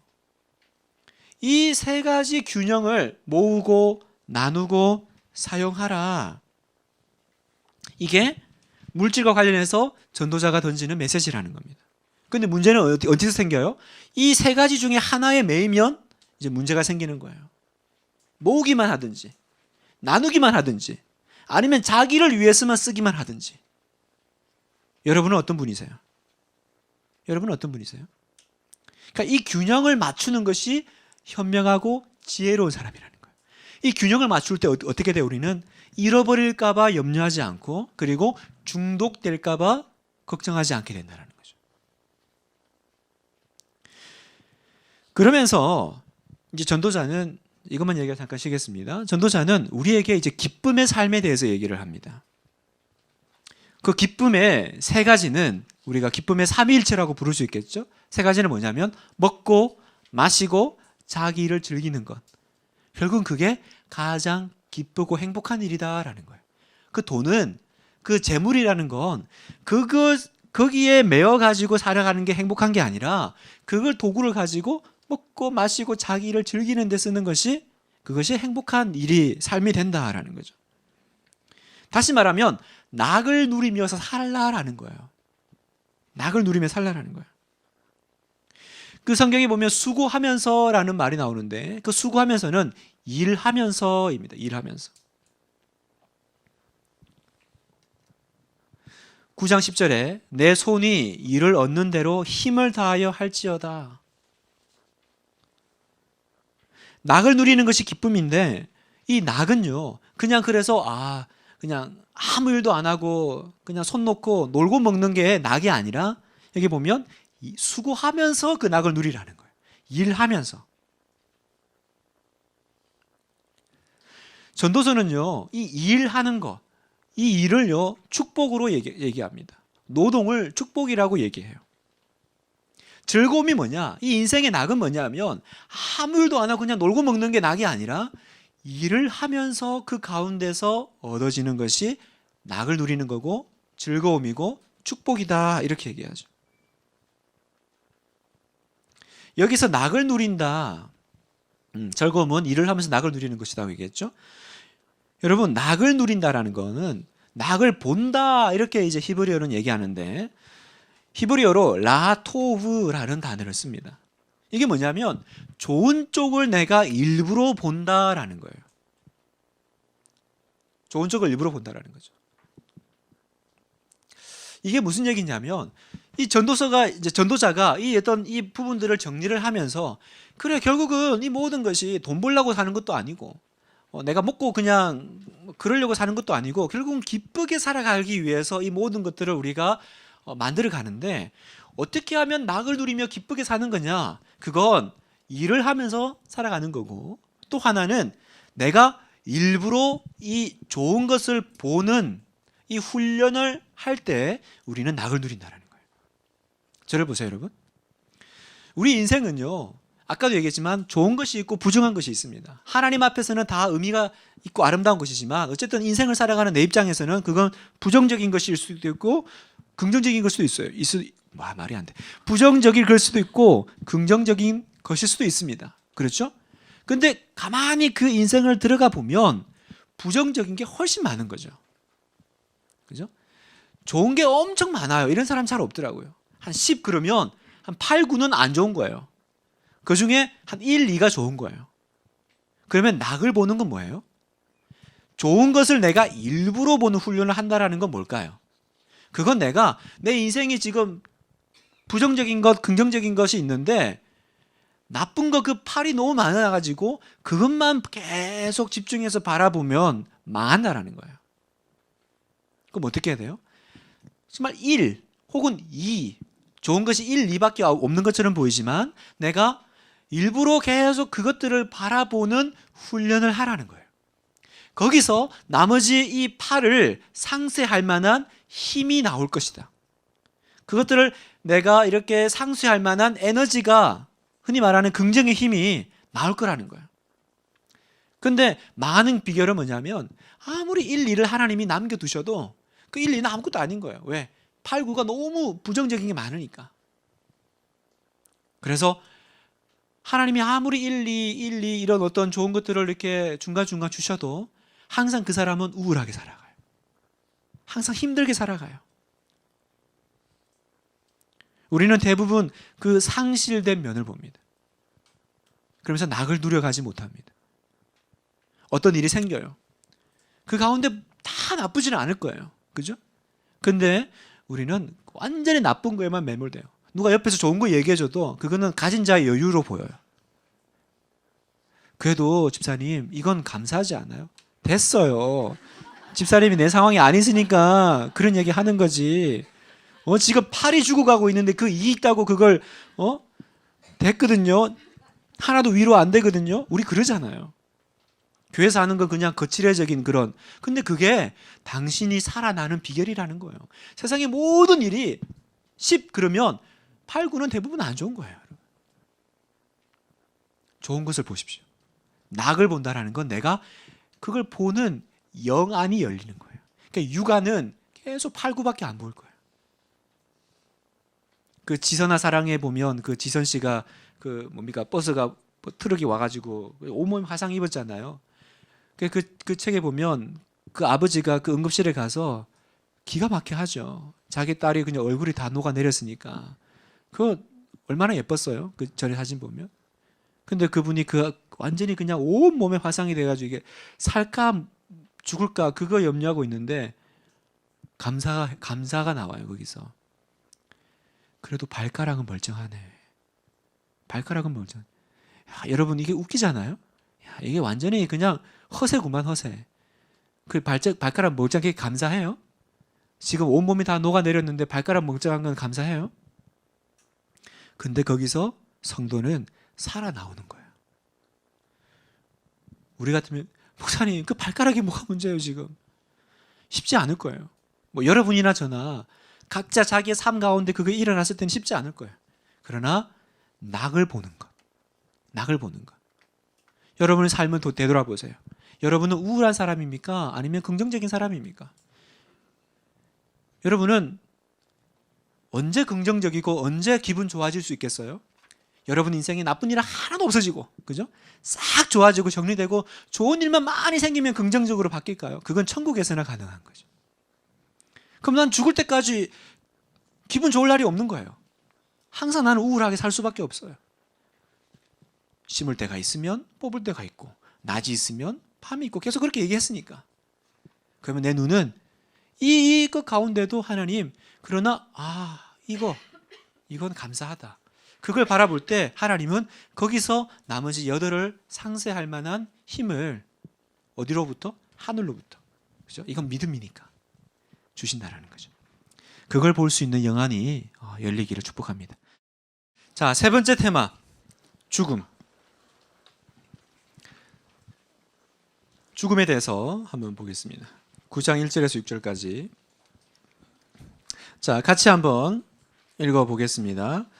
이 모든 것을 근데 보이세요, 여러분 이거?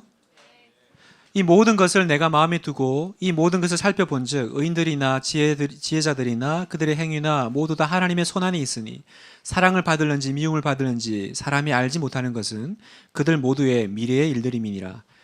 모든 사람에게 임하는 그 모든 것이 일반이라. 의인과 악인, 선한 자와 깨끗한 자와 깨끗하지 아니한 자, 제사를 드리는 자와 제사를 드리지 아니하는 자에게 일어나는 일들이 모두 일반이니 선인과 죄인, 맹세하는 자와 맹세하기를 무서워하는 자가 일반이로다.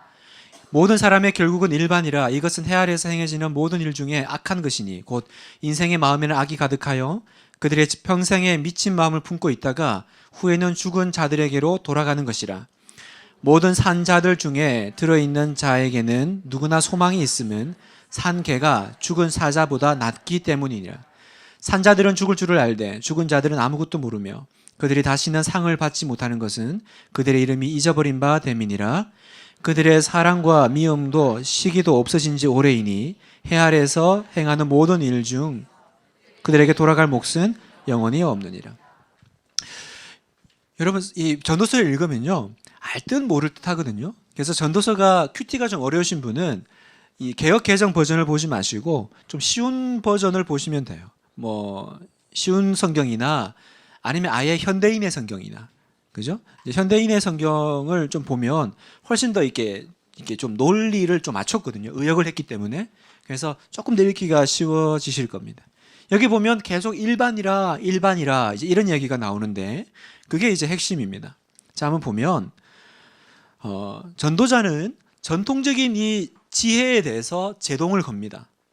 예를 들어 의인은 형통하고 악인은 망한다. 이게 보통 성경이 얘기하는 거고 일반적인 지혜자들이 말하는 거거든요. 그런데 전도자가 뭐라 그러냐면 악인들도 오래 살던데요. 악인들도 형통하던데요. 이렇게 이제 물음을 제기하는 거예요.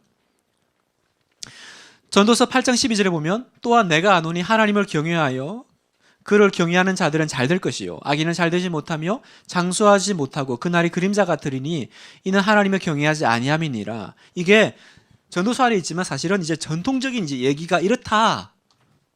그죠? 근데 전도자는 이렇게 반박하죠. 세상에서 행해지는 헛된 일이 있나니 곧 악인들의 행위에 따라 벌을 받는 의인들도 있고 악인의 죄인데 의인이 벌을 받는다는 거죠. 의인의 행위에 따라 상을 받는 악인들도 있더라. 앞에서는 이렇게 사람들이 얘기하지만 실제로는 이런 일도 있지 않더냐. 그러니까 이거 헛된 거지. 반박하는 거죠. 다시 말하면 인과응보잖아요. 인과응보는 뭐예요?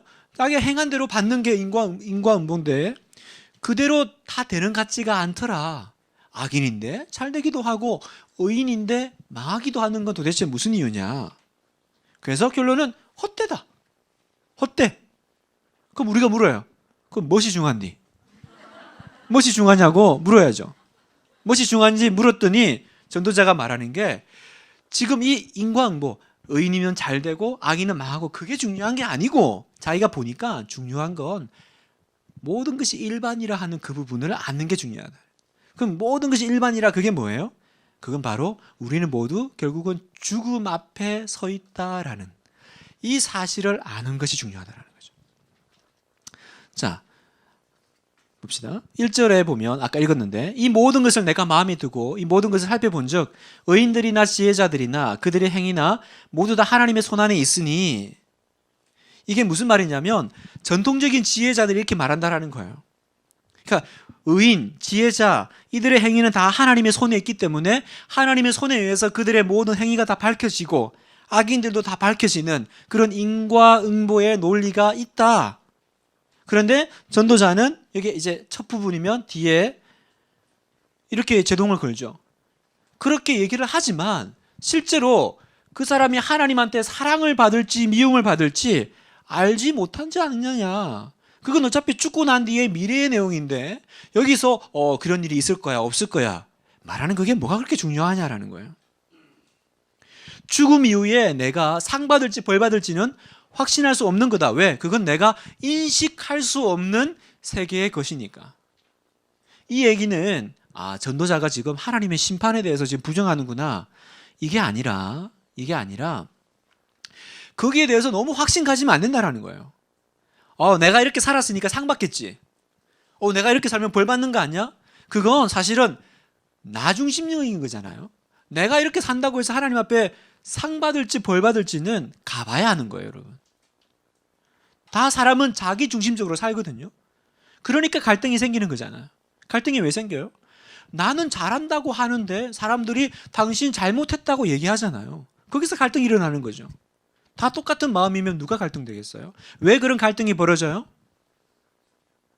각자가 생각하는 게 다른 거예요. 그러니까 그 각자의 생각을 가지고 나는 상 받을 거야. 그건 누가 준 확신이냐? 그건 가봐야 하는 거지. 그러니까 인과응보라는 건 그건 여기서 지금 결정낼 게 아니고 그거는 하나님의 몫이고 하나님의 주권이고 다만 우리는 뭐 해야 돼요? 그냥 상 받았으면 좋겠다. 하나님이 나의 행위에 대해서 축복해 주셨고 잘했다 말해 주시면 좋겠다. 그 정도면 족하다라는 거지. 나는 이제 잘 될 거야. 나는 착하게 살았으니까. 그거 잘 모른다라는 거죠. 신방을 해보면 많이 느낍니다. 본인은 막 잘했다고 얘기하는데 사실은 아니거든요. 근데 그걸 말해줄 수가 없어요. 왜? 상처받으니까. 왜? 다 자기 중심적으로 해석하고 자기 중심적으로 얘기하기 때문에 사람은 다 그런 거예요. 저라고 배울 수 있어요? 다 그렇게 사는 거예요. 그러니까 나중에 상 많을 줄 알았는데 천국 가보면 상이 없는 사람도 있을 거고 상이 하나도 없을 줄 알았는데 천국 가면 상이 많은 사람이 있을 거라는 얘기가 여기서 나오는 거죠. 그럼 뭐가 중요한 겁니까? 2절에 보면 모든 사람에게 임하는 그 모든 것이 일반이라. 그래서 의인과 악인, 선한 자와 깨끗한 자와 깨끗하지 아니한 자, 제사를 드리는 자와 안 드리는 자에게 일어날 일이 모두 일반이라. 이 말은 여기 나오는 이 악인, 의인과 악인, 선한 자, 깨끗한 자, 이게 이 인간 뭐라 그럴까요? 전체를 통상적으로 얘기하는 겁니다. 그런데 이 사람들에게 일어나는 일들은 인과응보의 논리가 아니고 그냥 다 하나의 일반적인 그 결론을 향해서 가더라. 다 일반이다 이랬거든요. 그럼 여기서 일반이 뭐냐? 다 일반이라는 이 일반이 무슨 뜻일까? 일반은 한 운명을 향해서 간다라는 거예요. 그러면 그 한 운명이 그 운명이 뭘까요? 이 모든 이 땅에 있는 사람들에게 임할 한 운명이 뭐예요? 그렇죠. 죽는다라는 거죠. 그래서 전도서 2장 14절에 보면 지혜자는 그의 눈이 그의 머릿속에 있고 우매자는 어둠 속에 다니지만 그들 모두가 당하는 일은 모두 같으리라. 그걸 내가 깨달았다. 지혜자, 우매자 이렇게 막 우리는 나누지만 중요한 건 다 똑같은 일 당할 거다. 그럼 또 당하는 일이 뭐냐? 3장 19절에 인생이 당하는 일은 짐승도 당하나니 그들이 당하는 일이 일반이라. 또 일반 나왔죠? 뭐예요? 짐승이 죽는 것 같이 사람도 죽는다. 그게 일반이고 그게 한 운명이다라는 거예요. 전도자는 지금 구분 없이 모두 다 죽는 거 아니냐. 그걸 얘기하죠. 그래서 4절에 보면 모든 산자들 중에 들어있는 자에게는 누구나 소망이 있으면 산 개가 죽은 사자보다 낫기 때문이라. 이 말은 또 뭐예요? 또 전통 지혜자의 얘기인 거예요. 우리가 그러잖아요. 사자가 얼마나 좋아요. 그 라이언. 근데 죽은 사자보다는 차라리 산 개가 낫지. 이 말은 뭡니까? 우리식으로 하면 개똥밭에 굴러도 이승이 낫다. 그런 이제 맥락인 거죠. 사는 게 좋은 거지. 그런데 전도자는 그 얘기가 아닌 거예요. 산자의 유익은 그게 아니라 산자들의 유익은 뭐냐? 자기가 죽을 줄을 아는 것. 그 하나 차이 있다라는 거예요. 죽은 자들은 이미 소망이 없고 산자의 유익은 그냥 내가 죽을 건데 그걸 내가 죽기 전에 지금 인식할 수 있고 알 수 있는 지금 시간대에 머물러 있다라는 거예요. 그러니까 전도자가 보는 이 인간과는 뭐냐면 이 인간은 결국은 자신의 죽음을 아는 자에 불과하다라는 겁니다.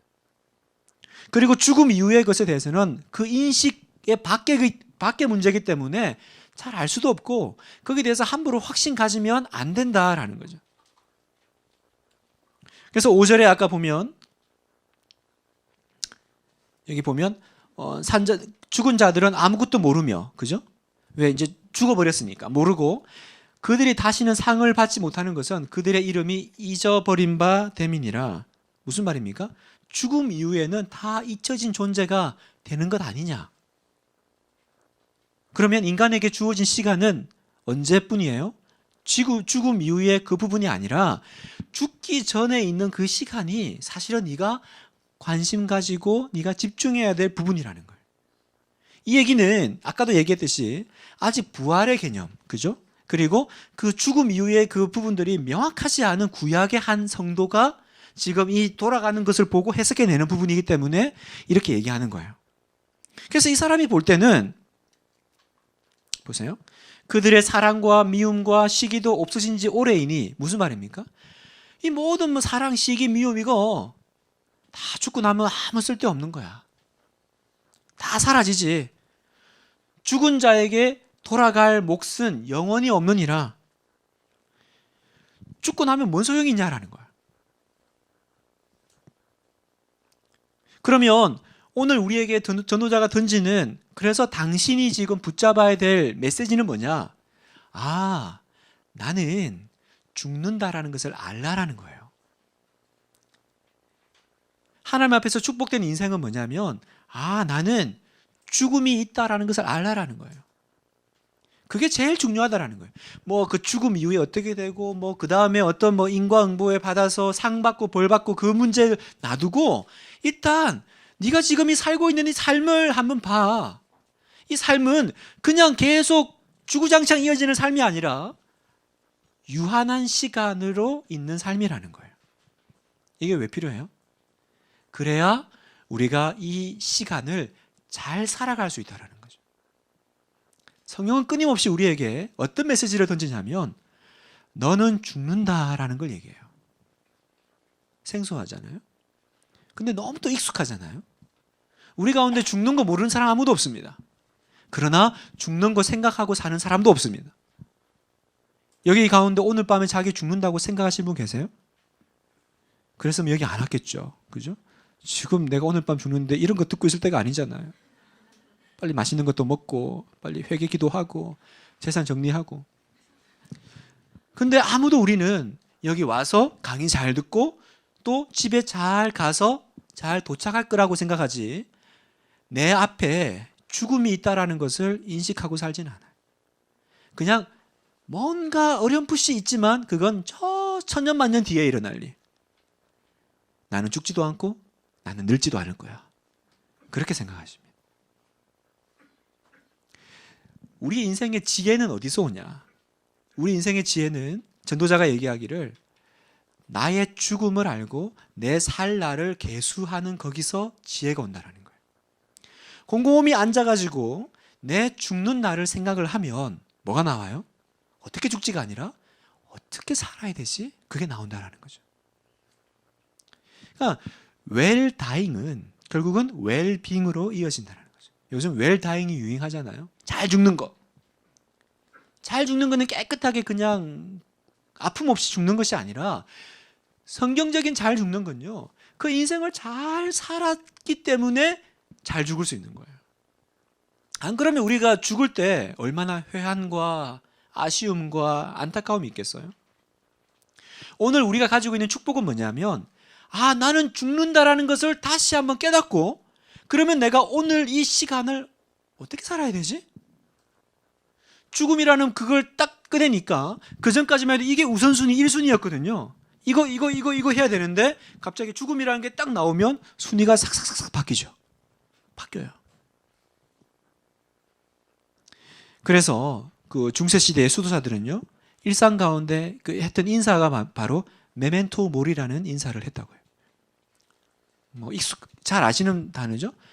메멘토 모리, 죽음을 기억하라. 만나서 인사가 그런 거죠. 메멘토 모리. 당신은 죽습니다. 이 얘기 한 거죠. 그러니까 이건 저주의 얘기가 아니에요. 너 죽어. 그 얘기가 아니라 우리는 죽음 앞에 있으니까 오늘 중요한 거 합시다. 오늘 잘 삽시다. 그 얘기를 메멘토 모리라는 단어 가운데 품고 있는 거예요. 여러분, 자신의 죽는 걸 생각하십시오. 뭐 내가 죽고 난 뒤에 뭐 그게 문제가 아니라 아, 그냥 나는 죽는 존재구나. 죽는 존재인 내가 이 삶 가운데 오늘 뭐에 집중해야 되죠? 오늘 나와 함께 살고 있는 이 가족들에게 내가 어떻게 해야 되죠? 저 악다구니에 지금 치닫아서 지금 저 사람하고 원수지고 있는 내가 오늘 밤 죽는다면 나는 저 사람하고 어떻게 해야 될까요?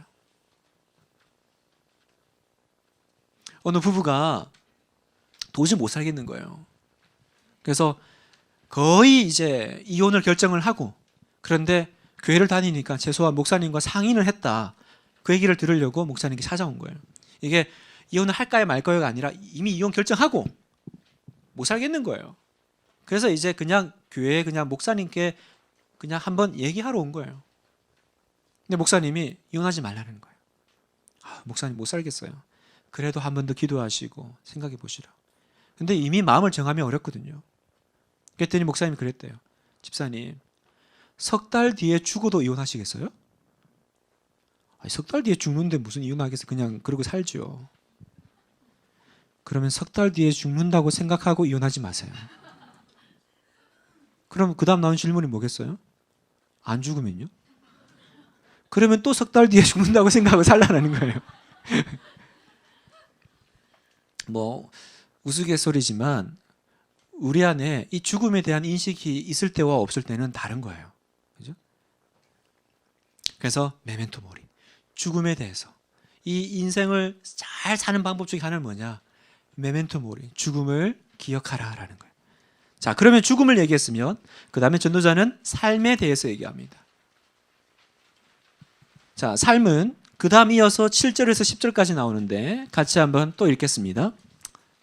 너는 가서 기쁨으로 내 음식물을 먹고 즐거운 마음으로 내 포도주를 마실지어다.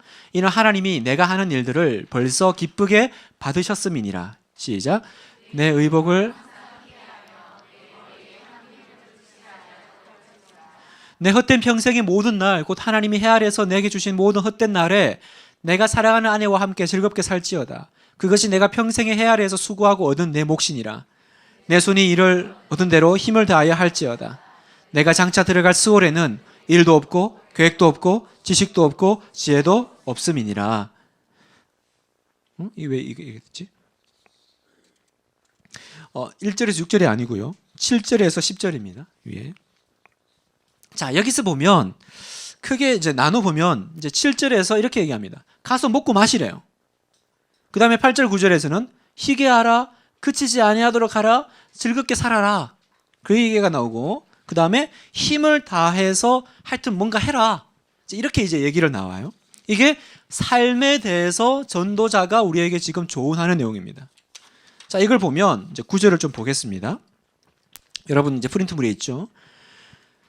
너는 가서 기쁨으로 내 음식물을 먹고 즐거운 마음으로 포도주를 마시라. 약간 좀 이상하잖아요. 성경적이지 않아 보이지 않아요? 근데 이는 하나님이 내가 하는 일들을 벌써 기쁘게 받으셨다. 이렇게 얘기해요. 너는 가서, 이 가서는요, 즉시, 당장 이런 거예요. 그러니까 너는 가서는 너는 당장 기쁨으로 음식물을 먹고 포도주 마셔라. 왜요? 하나님이 네가 그렇게 즐거운 마음으로 먹고 마시는 걸 받으셔. 여러분, 저를 봐보세요. 사람이 즐겁고 행복하게 사는 건 하나님이 싫어하시는 걸까요? 우리는 가끔 그런 생각을 합니다. 내가 너무 나대고 너무 행복해하고 음식도 너무 맛있어하고 뭐 너무 즐거워하면 하나님이 너 그럴 거라고 생각을 해요. 여러분, 제가 이거는 뭐 큐티학교 때 가끔 얘기하지만 여러분 정말 그 기독교는요 축제의 종교거든요. 주일 예배는 사실은 눈물의 예배가 아니라 기쁨의 잔치거든요. 우리가 십자가를 통과하면서 그 눈물 가운데 회개하고 나아가지만 그 끝이 눈물로 끝나는 것이 아니라 부활로 끝나잖아요. 그죠? 새하늘과 새 땅으로 끝나잖아요. 우리에게는 진정한 의미에서 쾌락이 있어요. 쾌락. 세상에서 그냥 허무 대신에 쾌락이 아니라 진짜 기쁨이 있는데 그건 뭐냐? 하나님이 주신 것들을 이제 우리가 제대로 누려 나갈 수 있게 되었다라는 거죠. 왜? 하나님이 에덴 동산에서 사람을 만드실 때 다이어트 해. 아무거나만 먹지 말고 골라 먹어라. 하루에 3가지 이상 먹으면 안 돼. 그러지 않았어요. 다 네 거니까 누려. 다 누려. 여러분, 하나님은 우리가 이 땅을 생육하고 번성하고 땅에 충만하기를 원하셨어요. 그건 뭐예요? 누려나가는 삶이고 즐기는 삶이잖아요. 간혹 에덴 동산에 아담과 하와가 누구를 낳았어요? 잘 모르시죠? 베드로와 요한을 낳았잖아요. 아닙니까? 가인과 아벨을 놓고 이제 가인이 이렇게 그 동생을 죽이고 나서 이제 이건 약간 좀 격가지 얘기인데 시간이 없는데 어떡하지? 이제 쫓겨나갔을 때 가인이 얘기해요. 아니 나 갔다가 누가 나 보고 죽이려면 어떡해요? 그때 많은 분들이 얘기하세요. 가인과 아벨밖에 없었던 거 아니야? 도대체 누가 가인을 죽인단 말이야? 그럼 이 사람들 도대체 어떻게 나타난 거야? 이제 그렇게 이제 질문을 하세요. 그렇죠? 어디서 나타나서 가인을 죽이는 걸까요? 아담과 하와, 그 밑에 가인과 아벨 4명만 있었는데 누가 누구를 죽여요? 생각을 해보세요. 하나님의 명령이 뭐예요? 생육하고 번성하고 땅에 충만하라 그랬어요. 그 말은 뭐예요? 애 많이 놓고 건강하라 그랬죠? 그 에덴 동산에서 잘 먹고 옷 안 입고 있는데 뭐 했겠어요? 애 많이 낳았겠죠? 성경에는 가인과 아벨만 있지만 사실은 생육하고 번성하고 땅에 충만하라 했던 그 말을 아담과 하와가 잘 했다면 아마 가인과 아벨뿐만이 아니라 많은 사람이 있었겠죠. 이건 약간 뭐 격가지 얘기인데 제가 얘기하고 싶은 건 그거예요. 창조자의 창조주의 우리를 향한 하나님의 뜻은 우리가 고뇌하고 뭔가 이렇게 즐거움을 스스로 억누르고 그냥 이렇게 좋아도 좋아하지 못하고 이렇게 이제 마음 이렇게 졸여가면서 사는 그런 삶이 아니라 하는 거예요. 즐김, 누려나감 이건 창조의 원리예요. 즐거워하라는 거죠. 이는 하나님이 내가 하는 일들을 벌써 기쁘게 받았다. 네가 먹고 즐거운 마음으로 먹고 즐거운 마음으로 마시는 건 이미 네가 하기 전부터 하나님이 그렇게 하기를 원하신다라는 거죠. 먹는 게 중요합니까? 먹는 게 중요합니다. 그래서 식사할 때 믿음이 나옵니다. 그렇죠? 식사할 때 믿음이 나와요. 그래서 테레사 수녀가 사람 뽑을 때 그런 얘기가 있어요. 테레사 수녀가 사람 뽑을 때 기준은 3가지래요. 잘 먹고, 잘 웃고, 잘 자는 사람. 왜? 그 사람은 반드시 믿음이 좋을 거라는 거죠. 믿음이 좋아요. 근데 아무도 웃지를 않아. 항상 이렇게 밥상머리에서 아주 깨작깨작 아주 그냥 밥상을 뺏고 싶고 걱정 때문에 밤에 잠을 못 자. 이 사람이 정말 믿음의 사람일까요, 여러분? 생각해보면 너무 맞는 얘기죠. 무슨 사람을 그렇게 뽑아요? 잘 먹고 잘 웃고 잘 자는 사람 뽑아? 근데 믿음의 사람은 그렇게 살더라는 거예요. 그 안에 즐거움이 있죠. 밥을 먹는 건지 고문을 당하는 건지 막 앉아있으면 엄청 힘든 그런 사람들이 있잖아요. 즐거운 사람이 되셔야 되죠. 그걸 하나님께서 기뻐하신다는 거예요. 삶에 대해서. 그래서 그 다음에 8절 보면 내 의복을 항상 희게 하며 내 머리에 향기름을 그치지 아니하도록 하라. 흰옷은 뭐예요? 흰옷은 축제의 옷이거든요, 여러분. 근데 그걸 어떻게 해요? 항상 희게 하래요. 항상. 그럼 뭐겠어요? 가능하면 기회 있을 때마다 365일 항상 축제의 마음으로 살 수 있으면 살라라는 거 아니겠어요? 내 머리에 향기름을 그치지 아니하게 하며 향수 뿌리라는 거죠. 향수 뿌려. 이 향기름은 그 축제의 절정을 얘기하는 거예요. 너무 기쁨. 정리하면 인간의 삶이란 하루하루 고뇌와 슬픔과 그런 어떤 시간이 아니라 우리의 삶은 하나님께서 주신 축복의 삶이요 축제의 삶이다. 그래서 내가 사람은 살아 숨쉬는 이 모든 시간들이 축제라고 생각하고 살아라. 내 의복을 항상 희게 하며 희게 하래요. 희어질 거다가 아니라 네가 그 마음으로 살라라는 거예요. 희게 하는 건 하나님이 아니고 네가 희게 하는 거야. 네가 희게 하고 네 머리에 향기름이 그치지 않게 해라. 여러분, 거룩하게 산다고 인상 쓰고 다니시면 안 돼요. 내가 경건한 사람이라고 해가지고 이렇게 툭 치면 막 이렇게 찌푸리고 항상 이렇게 그냥 기도한답시고 뭐 성경 읽는답시고 묵상한답시고 정말 이렇게 교류가 잘 없고 대화가 잘 안 되고 뭔가 이렇게 우울하고 좀 다크하고 어두운, 그건 사실은 성도에게 맞지 않는 모드예요. 사실 제 안에 좀 그런 게 많아요. 제가 이게 성격상 밝은 성격이 아니에요, 사실. 이거 지금 최대한 밝게 한 거예요, 여러분. 전 집에서 말 안 하거든요. 저는 누가 이렇게 건드는 거 싫어해요. 저는 하루 종일 집에 그냥 혼자 있는 게 제일 즐거운 사람이에요. 아무런 어려움이 없어요. 저는 혼자 집에 하루 종일 있는 거. 그러니까 저는 약간 이렇게 우울 모드가 있어요. 약간 다크 모드가 있는 거죠. 그래서 저는 이렇게 이렇게 일부러 웃지 않고 가만히 있으면 다 무서워해요. 좀 차가운 약간 도시 남자의 느낌이 있죠. 차도남이라고 이제 제가. 근데 이게 맞지 않다라는 거예요, 여러분. 그러니까 막 이게 이제 제가 이제 있었던 교단이 좀 그래요. 교단이 막 이렇게 주일날 TV 보면 때리고 막 뭐 그런 교단이어가지고요. 하여튼 많이 맞았어요. 그러다 보니까 항상 주일도 기쁜 날이 아니고요. 신앙생활도 이렇게 항상 뭔가 의무감만 가득하고 억눌려져 있는. 이 인상 쓰고 다니는 일이 굉장히 많은. 근데 여기 뭐라 그래요? 기쁜 마음으로 먹고 포도주를 먹으라, 술 마시라는 게 아니라 그런 마음으로 살라라는 거예요. 네 마음을 항상 축제로 만들라는 거예요.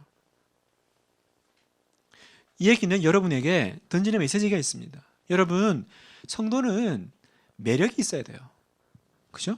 성도는 향기가 있어야 돼요. 예수 믿는 사람은요, 매력적이어야 된다고 봅니다. 여러분, 매력적이세요? 저는 여러분 보시기에 매력적인가요? 그래야 돼요. 적어도 우리가 이렇게 사람들이 가까이 하고 싶어 하지 않은 사람이 되면 안 되는 거예요. 저 사람하고 있으면 굉장히 이렇게 어두워져, 마음이. 그러시면 안 되는 거예요. 뭔가 저 사람하고 있으면 하여튼 이렇게 없던 분위기도 이렇게 막 생기고, 그죠? 좀 즐겁고, 좀 기쁨이 이렇게 전달이 되고, 그게 매력적인 거 아니겠어요? 좀 닮고 싶고. 여러분 안에 의복을 자기가 좀 희게 해야 되는 일들이 있다라는 거예요. 그게 이 삶에 대한 전도자의 권면이에요. 여기 제가 아는 분 좀 있어요. 근데 어두운 분들이 있어요. 누군지 아시죠? 자기는 자기를 알 테니까. 저죠? 이렇게 생각하시는 분 있잖아요. 어두운 분이 있어요. 향수도 좀 뿌리고요. 좀 씻고 다니고요. 좀 씻으세요, 여러분. 좀 씻고. 그리고 뒤에 보면 또 9절에 내 헛된 평생의 모든 날, 하나님이 헤아려서 내게 주신 모든 헛된 날에 네가 사랑하는 아내와 함께 즐겁게 살지어다. 그것이 내 평생에 헤아려서 수고하고 얻은 내 몫이니라. 헛되다라는 거예요. 헛된 그 가운데 삶의 기쁨이 뭐냐? 결국 그건 가정이라는 거죠. 가정. 그래서 여기서 내 아내와 함께는, 아내는 나의 어떤 누림의 대상이 아니에요. 내가 이 아내 때문에 행복하고 내가 너 때문에 좀 좋아지고, 그게 아니라 가정 안에 그 가정의 구성원은 함께라는 건 뭐예요? 파트너라는 거죠. 파트너. 아이는 나의 기쁨이 아니에요. 아내는 나의 기쁨이 아니에요. 남편은 내 기쁨의 어떤 도구가 아니라 그 사람과 함께 이 기쁨을 누려나가야 될 사람이라는 거예요. 너 때문에 내가 살아, 이런 얘기 하시면 안 돼요. 당신 잘해, 너 때문에 당신 때문에 요즘 내가 진짜 우울해, 그런 얘기 하시면 안 되는 거예요. 함께, 그건 내 인생의 파트너로서 이 안에서 보세요. 다 헛돼요. 헛된 평생의 모든 날에, 이 헛된 날에 네가 누려야 될 것은 가정의 기쁨. 여러분 안에서 그 자녀들과 아내와 남편과 그 안에서 기쁨, 그게 있어야 돼요. 또 제 얘기를 하면, 저는 경상도 남자고 제 부모님 부엌에 한 번도 들어가지 않은 분이고, 그래서 제가 부엌에 들어가는 거 되게 싫어하셨고, 진짜 말 그대로 집에 오면 이렇게 뭐 밥도 뭐 자자 뭐 묵자 뭐 그런 얘기밖에 별로 하지 않는. 그래서 저는 제 서울 여자를 만나서 결혼을 하면서 너무 힘든 거예요. 말을 많이 해야 되는데 제가 할 얘기가 없는 거예요. 이 성격상 안 맞는 거죠. 그래가지고 얼마 전이에요. 불과 얼마 전에 제가 이제 그날도 늦게 이제 퇴근을 해가지고 집에 갔는데 이제 불은 다 꺼져 있고 아내가 이제 있더라고요. 그래가지고 다 만났는데 나를 빤히 봐요. 뭘 얘기를 해야 되잖아요. 근데 대화가 이게 잘 안 되는 거예요. 제가 하루 종일 지치고. 그래서 제가 그날 처음 만났는데 첫 인사가 세수는 했어? 그때 왜 세수를 물어봤는지 지금도 제가 잘 모르겠어요. 그냥 아내 얼굴을 보면서 세수는 했어? 저녁에 11시인가 죽는 줄 알았어요. 아니, 엄청 삐져가지고 지금 처음 만나가지고 물을 얘기가 세수는 했었냐고. 나도 왜 물었는지 모르겠어요. 가정 안에서 이렇게 하나가 되는 건 너무 중요하죠.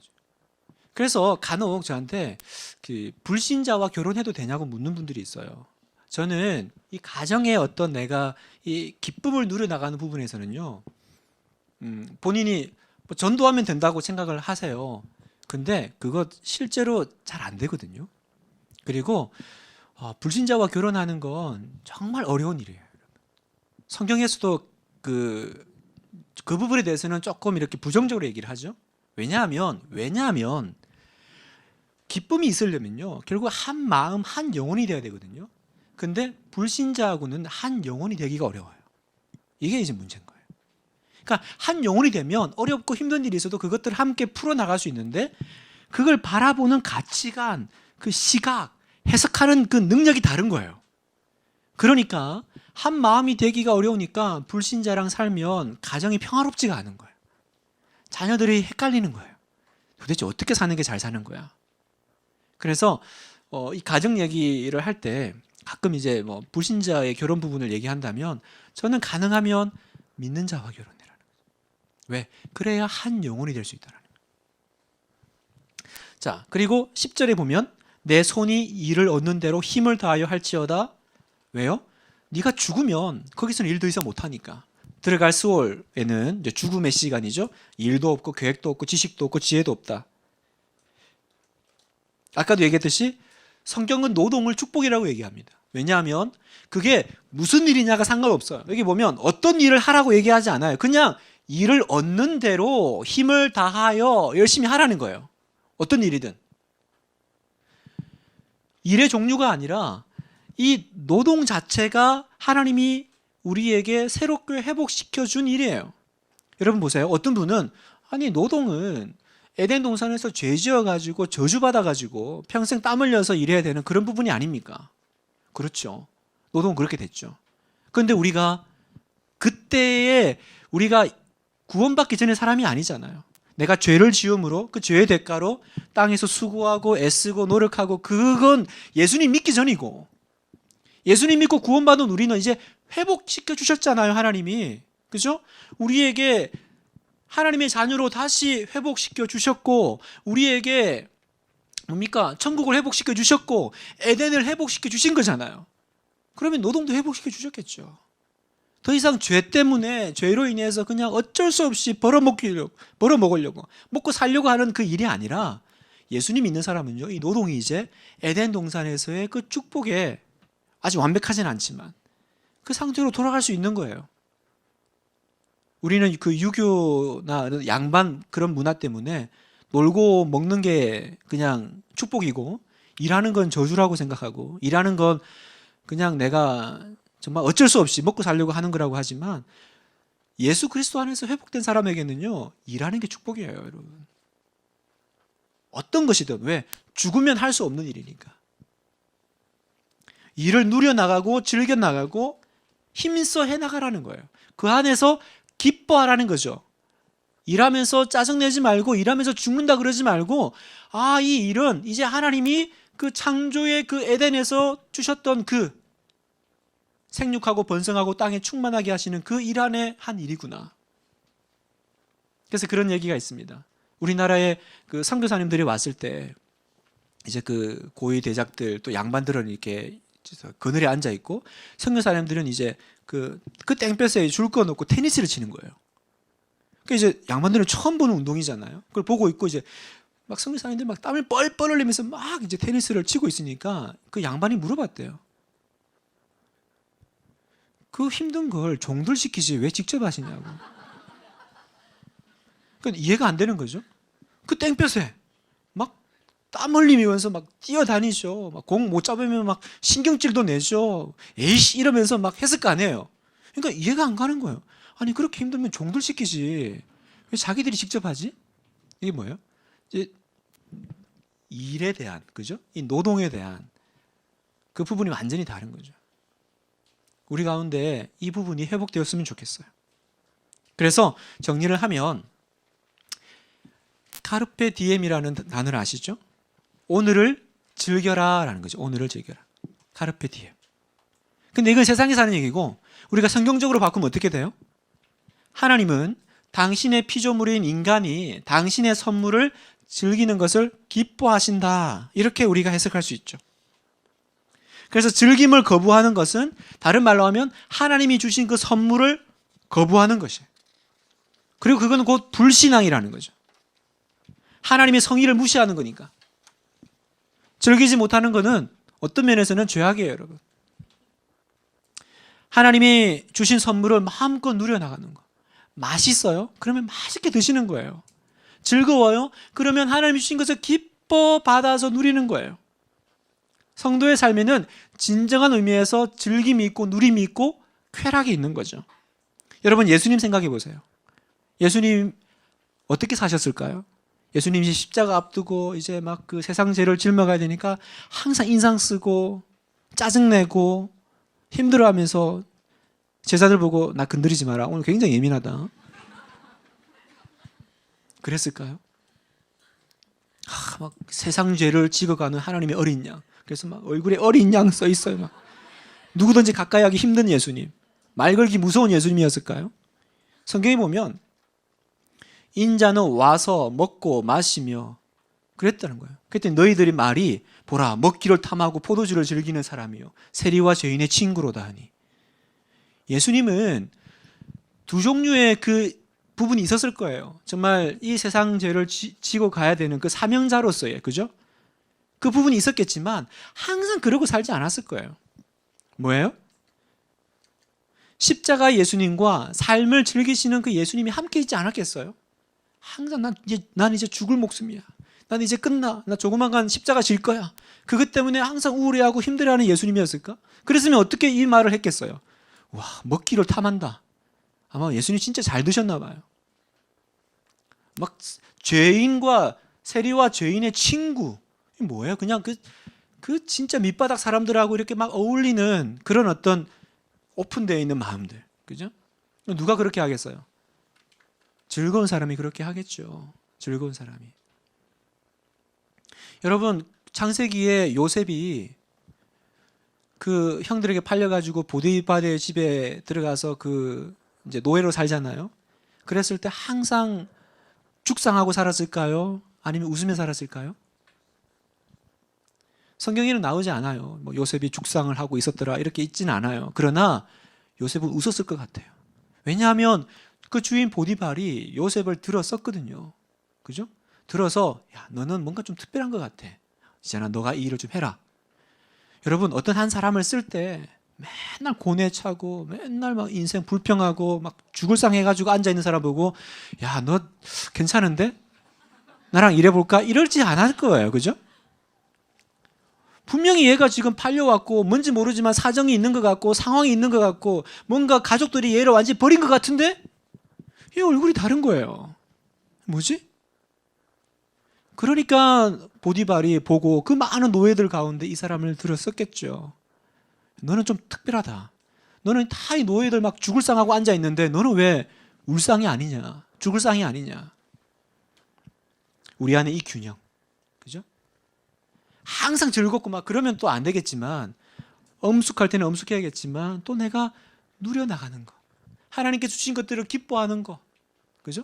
그게 하나님이 우리에게 주신 원래 창조자가 우리 창조물인 우리를 만들 때 원하셨던 그 삶의 모습일 거예요.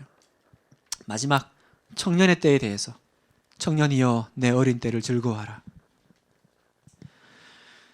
청년이여 내 어린 때를 즐거워하며 내 청년의 날들을 마음에 기뻐하여 마음에 원하는 길들과 내 눈이 보는 대로 행하라. 그러나 하나님이 이 모든 일로 말미암아 너를 심판하실 줄 알라. 그런즉 근심이 내 마음에서 떠나게 하며 악이 내 몸에서 물러가게 하라. 어릴 때와 검은 머리의 시절이 다 헛되니라. 우리가 이 말씀을 많이 읽는데 이 말씀을 읽을 때 오해하는 부분이 뭐냐면, 그래, 청년이여 마음대로 살아봐. 그러나 알지? 끝에는 무서워. 그러니까 마음대로 살지 마. 우리는 이렇게 보통 해석을 합니다. 근데 여기는요, 꼭 그렇게만은 해석할 수가 없는 거예요. 네 마음대로 살아봐. 그러나 심판이 있을 거야. 그러니까 자중해, 절제해. 이건 앞에 얘기했던 그 카르페 디엠하고는 조금 안 맞는 거죠. 이 얘기는 뭐냐면, 기회를 놓치지 말고 열심히 살아라. 인생은 생각보다 짧다라는 거예요. 특히 젊음의 날은 그 중에서도 더 짧다. 그러니까 그 젊음의 날에 어떻게 사는 게 좋겠니? 생각해봐라. 그래서 여러분 보세요. 청년이여 내 어린 때를 즐거워하라 그래요. 청년이여 내 마음에 기뻐하고 네 마음에 원하는 길들과 내 눈이 보는 대로 행하라. 여기서 여러분 내 마음이 보는 것, 내 눈이 내 마음이 원하는 것, 내 눈이 보는 것, 이게 뭘까요? 이건 적극적으로 하라는 거예요. 적극적으로. 우리 청년들에게 얘기합니다. 즐거워하는 건 마음만이 아니라 삶으로도 실제로도 기분으로도 적극적으로 그렇게 기뻐하며 살아라는 거예요. 그러면 그 뒤에 있는 이 심판은 무슨 내용입니까? 뭘 심판하겠다라는 거죠? 두 가지가 있을 수 있어요. 첫 번째, 아까 카르페 디엠 누려라. 하나님이 주신 축복들을 네가 즐거워하라 그랬는데 제대로 즐기지 못한 거에 대해서 너는 해명해야 될 거야. 이 얘기예요. 제 얘기가 아니죠. 전도서 3장 13절에 사람마다 먹고 마시는 것과 수고함으로 낙을 누리는 그것이 하나님의 선물인 줄 내가 또한 알았다 그랬잖아요. 그죠? 먹고 마시고 수고함으로, 아까 수고하는 건 일하는 거라 그랬죠. 낙을 누리는 것, 좋은 것을 보는 것, 그것이 하나님의 선물이에요. 그렇게 하라고 했는데 넌 도대체 왜 그러고 사냐? 내가 너에게 누리라고 준 시간들에 대해서, 이 아까운 이 젊음에 대해서, 내가 이 준 이 아름다운 선물들에 대해서 너는 왜 제대로 누리지 못했냐? 온갖 핑계를 대면서 거기에 대해서 네가 해명하라는 거예요. 두 번째, 너무 지나치게 누리는 사람은 정도껏 좀 해라, 이 얘기인 거죠.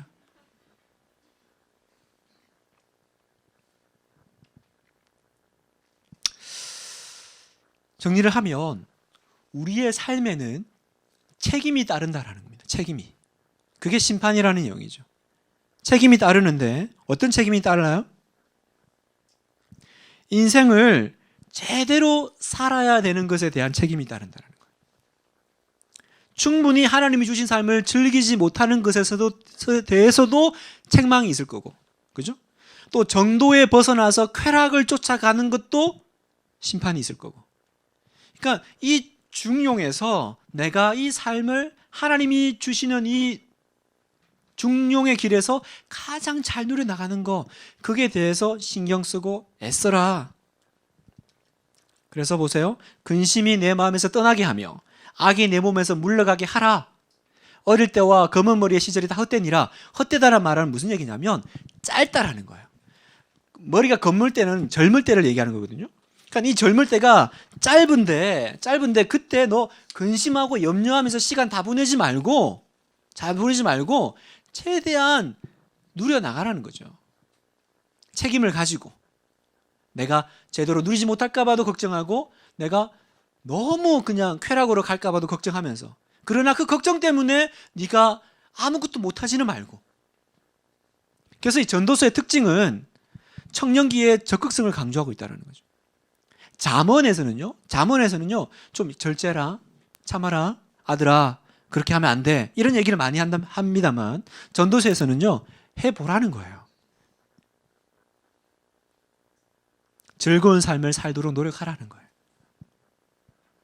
그래서 여기 보면 근심이 떠나가게 하고 악이 내 몸에서 물러가게 하셔라. 그럼 목사님, 지금 상황이 좀 어려운데 어떻게 하면 제가 근심이 물러갈 수 있을까요? 우리 청년들이 물어요. 목사님, 너무 지금 힘든 시간을 보내고 있는데 어떻게 하면 제가 근심하지 않을 수 있을까요? 목표를 세우면 근심이 사라진다는 거죠. 비전을 제시하면 내가 지금 하고 있는 이 일들이 갑자기 아름다운 때가 바뀐다는 거죠. 의미가 있는 일로 바뀌어진다는 거죠. 그때는 내가 그냥 견뎌내야 되는 힘든 일이기 때문에 거기에 대해서 근심이 있었지만 내가 이제 분명한 목표가 생기면 비전이 제시가 되면 이제는 그것이 다 의미가 있는 때로 바뀐다는 거죠. 그러니까 여러분 빨리빨리 하나님 앞에서 뜻을 구하고 비전을 정하고 내 인생은 어떻게 살겠다 빨리 마음을 정하셔야 돼요. 내 인생의 뜻을 정하고 또 우리 나이가 있으신 우리 집사님들도 마찬가지세요. 인생 2막 어떻게 열어가실 거예요? 그냥 이렇게 살다 끝나실 겁니까? 아니면 내가 이 인생 2막은 이제 새로운 비전을 내가 두고 내가 거기에 맞춰가지고 내 남은 삶 어쨌든 헛돼요. 그죠? 뭔가 힘들어요. 힘든데 기왕 힘든 거 나 이것 때문에 힘들 거야 라고 정하면 거기에 대해서는 이제 자유하시게 된다는 거죠. 비전을 정하는데 한 10년 걸리시면 안 됩니다. 10년 동안 기도해보고 제가 뭘 할지 결정하겠습니다. 맨날 하나님 뜻을 구하는 분이 있어요. 10년 전부터 계속 하나님의 뜻을 기도하고 있어요. 그러지 말고 빨리빨리 하나님 앞에서 비전을 딱 찾고 내가 내 남은 이제 인생의 후반전 내가 이 하프타임을 가지고 나서 인생은 이렇게 가야겠다. 그렇게 딱 되면 그 다음에 내 인생에 오는 어떤 뭡니까? 고난들, 그죠? 어려움들은 다 내 이 비전이 목표가 상쇄해 나갈 거라는 거예요. 결론을 맺겠습니다. 전도서는요 1장부터 10장까지 계속 허물을 얘기합니다. 무슨 허물을 했냐면 재물, 권력, 명예, 쾌락 다 누려봤거든? 다 누려봤는데 그거 헛방이야. 그거 허무하더라 이렇게 얘기합니다. 너 지금 재물을 위해서 애쓰고 있니? 권력을 위해서, 명예를 위해서, 쾌락을 위해서 애쓰고 있니? 근데 나는 왕으로서 이미 다 해봤어. 해봤더니 허무하더라는 거예요. 그럼 어떻게 해요? 그래도 해볼 거예요 라고 쾌락으로 가든지 아니면 그래요? 그럼 아무 쓸모가 없네? 그럼 왜 살아? 라고 하는 허무주의로 빠질 수 있을 겁니다. 그런데 전도서는 그렇게 하지 말라라는 거죠. 그리고 뭐가 중요한지를 보고 거기서 새롭게 출발하라는 거예요. 내가 이까지 와가지고 이 얘기를 해주는데 너도 이 길을 같이 걸어온 다음에 나랑 똑같은 얘기 하면 안 된다라는 거예요. 그거는 정말 우매한 자라는 거예요. 지혜자는 뭐예요? 내가 살아보고 이 얘기를 하니까 너는 이거 똑같이 맛보고 그 얘기 하지 말고 내 얘기 듣고 빨리 방향 바꾸라는 거죠. 이해되세요? 그러니까 전도서를 읽으면서 헛되고 헛되다 이러니까 요즘 계속 헛돼요. 마음이 힘이 없어요. 그 얘기가 아니에요, 여러분. 그걸 다 살아본 사람이 꼭 찍어봐야 된장인지 똥인지 아니? 내가 그거 아니라고 하잖아. 그러면 네가 내 얘기 듣고 그때 궤도 수중하면 얼마나 많은 걸 아끼겠니? 근데 사람들이 얼마나 악하고 교만한지 아니에요. 나도 끝까지 한번 가보고 내가 직접 헛되다란 말을 내가 해보겠습니다. 그게 우매한 거예요. 지혜자는 앞서간 사람이 그 실수한 부분은 피해가는 게 지혜로운 사람인 거죠. 그래서 우리가 죽을 때 세 가지를 걱정한대요. 아쉬워한대요. 좀 더 베풀 걸, 좀 더 용서할 걸, 그리고 덜 걱정하며 살 걸. 근데 어디를 보니까 이 세 번째요. 덜 걱정하며 살 걸. 이게 돌아가실 때 대부분의 사람들이 후회하는 것 중에 이게 제일 많더라고요. 이렇게 사는 건 줄 알았으면 그때 뭘 그렇게 걱정하고 살았나. 덜 걱정할 걸. 여러분 짧은 삶이지만 여러분의 인생도 돌아보시니까 그게 많죠. 결국 오늘 와서 보면 그때는 막 그 통과할 때는 너무 걱정이 많았잖아요. 그런데 지금 와서 보니까 그게 그렇게 걱정할 일이 아니었는데 이렇게 될 건데 그때는 그게 그렇게 걱정이었어요. 전도서를 읽으면서 그 끝에 가서 여러분이 이 얘기를 하시는 게 아니라 이것들이 이제 내 삶 가운데 오늘 당장 그죠? 더 베풀면 되죠. 더 용서하면 되죠. 걱정 안 하고 즐겁게 살면 되죠. 그래서 여러분의 묘비명이 바뀌길 바랍니다. 여러분 제가 재밌는 묘비명을 봤어요. 버나드 쇼라고 하는 유명한 극작가가 묘비명이 이렇대요. 우물쭈물 하다가 내 이럴 줄 알았다. 죽을 때 하는 얘기래요. 그러니까 이건 이제 약간 좀 의역된 거래요. 실제 원문은 이런 뜻은 아니래요. 근데 이제 우리나라에서 이렇게 광고에 쓰면서 약간 좀 맛을 이제 이렇게 좀 바꾼 거죠. 여러분 우물쭈물 하다가 끝납니다. 그러니까 여러분의 묘비명에 여러분이 죽을 때도 이 걱정, 저 걱정, 이거 할까, 저거 할까, 어떻게 살까 이러다가 시가 다 가버리고 인생 끝나는 거예요. 그래서 여러분도 내 이럴 줄 알았다. 그 후회하면 얼마나 아쉬워요. 얼마나 아쉬워요. 그래서 전도서는 우리로 하여금 우물쭈물 하지 마. 우물쭈물 하지 마. 그 뭘 기억해요? 세 가지를 기억하세요. 기쁨, 죽음, 창조주. 이게 전도서의 키워드인데 이걸 조금 풀면 창조주를 기억하고 죽음을 생각하며 오늘을 즐겁게 살아라. 그죠? 그래서 메멘토 모리, 카르페 디엠. 이게 어떤 면에서는 좀 전도서의 내용과 맞는 거죠. 창조주를 기억하고 나의 죽음을 생각하고 오늘을 즐겁게 살아야겠다. 그게 전도서가 여러분에게 드리는 겁니다. 그래서 저도 그렇고 여러분도 그렇고 이 다크 모드가 있어요. 이 우울한 모드가 있는데 정말 좀 이제 매력적인 우리가 되기를 바랍니다. 매력적인 향기가 좀 풍기는 가까이 하고 싶은 크리스찬이 되기를 바랍니다. 그래서 오늘부터 열심히 씻고 깨끗하게 그죠? 가까이 하고 싶은 여러분 되시기를. 그래서 행복한 여러분 되시기를 축복합니다. 제가 한번 기도하겠습니다. 하나님이 우리에게 인생을 선물로 주셨습니다. 하나님 우리에게 시간을 선물로 주셨습니다. 그런데 나는 항상 우울했습니다. 항상 마음이 힘들었습니다. 항상 하나님 내 마음에 허무가 있었습니다. 주님, 예수 믿은 우리가, 부활이 있는 우리가, 하나님을 믿는 우리가 이제는 하나님 정말 창조주를 기억하고 죽음 앞에 나에게 주신 이 귀한 시간들을 헛되이 쓰지 않고 그리고 오늘을 정말 선물로 알아 기쁘게 살아갈 수 있도록 도와주시옵소서. 그래서 세상 가운데 하나님 우리가 빛이 나게 하시고 세상 가운데 우리가 매력적이게 하시고 세상 가운데 예수 믿는 사람이 참 좋은 사람이라는 것을 보여줄 수 있도록 하나님이 전도서를 묵상하는 가운데 우리에게 가르쳐 주시옵소서. 감사드리며 예수님의 이름으로 기도합니다. 아멘. 수고하셨습니다. 네, 행복하게 돌아가시길 바랍니다. 네, 수고 많으셨습니다.